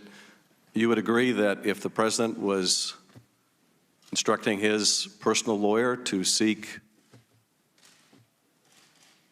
again, foreign help in a U.S. presidential election, that would be improper? I believe Mueller described such efforts to seek foreign assistance as unethical, unpatriotic, and very possibly criminal. Would you agree with Director Mueller that to seek foreign assistance that way would be unethical, unpatriotic, and very possibly a violation of law? I believe that Mr. Giuliani is the president's personal lawyer, and whatever conversation that the president has with his personal lawyer, I would imagine would be by client attorney of privilege. I am in no position to criticize the president of the United States on how he wants to conduct that, and I have no knowing of what Mr. Giuliani does or does not do. Let me ask you about the last couple allegations of the whistleblower. I learned from U.S. officials that on or around 14 May, the president instructed Vice President Pence to cancel his planned travel to Ukraine to attend President Zelensky's inauguration on 20 May. Secretary of Energy Rick Perry led the delegation instead. According to these officials, it was also made clear to them that the president did not want to meet with Mr. Zelensky until he saw how Zelensky, quote, chose to act, unquote, in office. I do not know how this guidance was communicated or by whom. I also do not know whether this action was connected with the broader understanding described in the unclassified letter that a meeting or phone call with the president and President Zelensky would depend on whether Zelensky showed the willingness to play ball. Do you know whether Mr. Pence, Vice President Pence's trip, was pulled because of an effort to find out first whether Ukraine was willing to play ball? Chairman Schiff, no, I do not. I have no knowledge of any of that until this information came to me from the ICIG. I have absolutely no situation awareness or no knowledge of any of those facts. Would you agree that if the Vice President's trip was canceled in order to put further pressure on Ukraine to manufacture dirt on Mr. Biden, that that would be unethical, unpatriotic, and potentially a crime? I do not know why the Vice President of the United States did not do that. I do know what the allegation was within the whistleblower complaint, and I don't know whether that allegation is accurate or not, Mr. Chairman. Finally, the whistleblower says, on July 18, an Office of Management and Budget official informed departments and agencies that the President earlier that month had issued instructions to suspend all U.S. security assistance to Ukraine. Neither OMB nor the NSC staff knew why this instruction had been issued. Senator McConnell said the other day that he spoke with the Secretary of Defense and Secretary of State, and he didn't know why the instruction had been given. Doesn't that strike you as suspicious, Director, that no one on the national security staff, no one in the senior leadership apparently of the party here in Congress that had approved the aid understood why the President was suspending aid? Doesn't that strike you as just a little suspicious? Chairman Schiff, I'm just unaware, be honest with you, how those decisions are made. And once again, I just have no situation awareness of what happened with the holding of the funding from OMB. As a military man, if this military aid was withheld from an ally that is fighting off Putin's Russia, and it was done so to be used as leverage to get dirt in a U.S. political campaign, don't you think that should be investigated? I have no reason to believe. I do not understand. I have no situation awareness if that was withheld or why it was withheld, Mr. Chairman. Well, I can tell you we are going to find out. Director, I want to thank you for your attendance today. I want to thank you again for your service. As my colleague underscored, Mr. Welch, and I completely share his sentiment. No one has any question about your devotion to the country. No one has any question about your acting in good faith. I want to make that very clear. I think you're a good and honorable man. Like my colleagues, I don't agree with the decisions you made. I agree with the Inspector General's view of the law. And I'm deeply concerned about the message this has sent to other whistleblowers about whether this system really works. If the subject of a complaint can stop that complaint from getting to Congress, then the most serious complaints may never get here. And I want to thank the whistleblower for their courage. They didn't have to step forward. Indeed, we know from the whistleblower complaint there are several others that have knowledge of many of the same events. And I would just say to those several others that have knowledge of those events, I hope that they too would show the same kind of courage and patriotism that this whistleblower has shown. We are dependent on people of good faith to step forward when they see evidence of wrongdoing. The system won't work otherwise. And I have to say to our friends in Ukraine who may be watching, just how distressing it is that as their country fights to liberate itself from Russian oppression, as it fights to root out corruption in their own country, that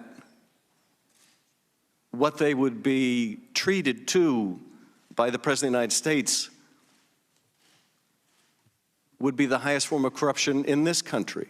That the President of the United States would be, instead of a champion of democracy and human rights and the rule of law, would instead be reinforcing a message with the new Ukrainian president who was elected to root out corruption, that instead the message of that president would be, you can use your Justice Department, just call Bill Barr, you can use our Justice Department to manufacture dirt on an opponent. That's what democracy is. You can use foreign assistance, military assistance, vital assistance as a lever to get another country to do something unethical. The idea that a fellow democracy, a struggling democracy, would hear those messages from the President of the United States. I just want to say to the people of Ukraine, we support you in your fight with Russia. We support you in your struggle for democracy. We support you in your efforts to root out corruption. And what you are witnessing and what you are seeing in the actions of this president is not democracy. It is the very negation of democracy. This is democracy. What you saw in this committee is democracy, as ugly as it can be, as personal as it can be, as infuriating as it can be. This is democracy. This is democracy. I thank you, Director. We are adjourned. Thank you very much, Mr. Chairman. Chairman Schiff, concluding that session, about 2.5 hours long, maybe a little more. Questions for Joseph Maguire, the acting DNI. There is a lot to digest here. It began a few hours ago with the release of that whistleblower complaint. We don't know who the whistleblower is, even the gender, but the information contained in the report is compelling and has led to a lot of questions. Among the conclusions, among the complaints, that the president used the power of his office to solicit interference from a foreign country, that there was an effort by a White House to lock down the conversation with the Ukrainian president, to lock down the transcript of the July phone call. The complainers said that Trump's actions pose risk to national security. Just some of the complaints in there, and noting that much of this came from third hand. The complainant hearing from other staffers who had this information. So let's walk through it here a little bit. I've got Andrea Mitchell here. Chuck Todd, let me go to you first. This is different than the Mueller case in that the information has come very quickly. Are Democrats sitting in a place right now that they're saying, we've got it, we've got the case? I think they have a they feel like they have some breadcrumbs to build a case. I want to follow up, though, on something I said when we cut in just before the end of the hearing, and I made an observation that they seem to spend more time about the process of how this whistleblower complaint was handled rather than what was inside the whistleblower complaint. And obviously, Congressman Schiff was not hearing us at the time, but it may have felt that way to some who heard that critique or read the similar critiques on this, because I thought it was fascinating there the last 20 minutes is that he did sort of use his chairman's prerogative there and surfaced up some of the whistleblower report, knowing that Mr. Maguire really couldn't say anything beyond what he said, but getting that out there, sort of, frankly, explaining why they're there in the first place, if you will, the chief allegation. Now, here's what I talk about the breadcrumbs. I mean, look, I think the person in the hottest of all water today, besides as a government official is concerned, is the Attorney General. Because that is where I think the most skepticism is there. It's like, okay, they went to somehow went to the Justice Department. It was referred to the Justice Department for a possible criminal violation. That Justice Department then determined that there was no crime committed. And then we find out, well, wait a minute, the Attorney General was name dropped quite a bit by the president in this phone call itself. And so I do think that this is going to invite a lot more scrutiny from Congress on the role Bill Barr played. And I think they're going to see this as an opportunity to basically say, no investigation's been done. 2 weeks by an IG is not an investigation. All that simply is an attempt to make sure they're not making it up. So he was able to, over 2 weeks, see that the accusation was credible and worthy of more investigation here. But I'll tell you this, I think the oddities of the Justice Department's role in all of this and the Attorney General's role in all this, I think provides this provides the trail that Democrats, I think, are going to go down and frankly, might find it the most fruitful. All right, let me go to Hallie Jackson right now, who has returned to the White House, the president en route to the White House as well.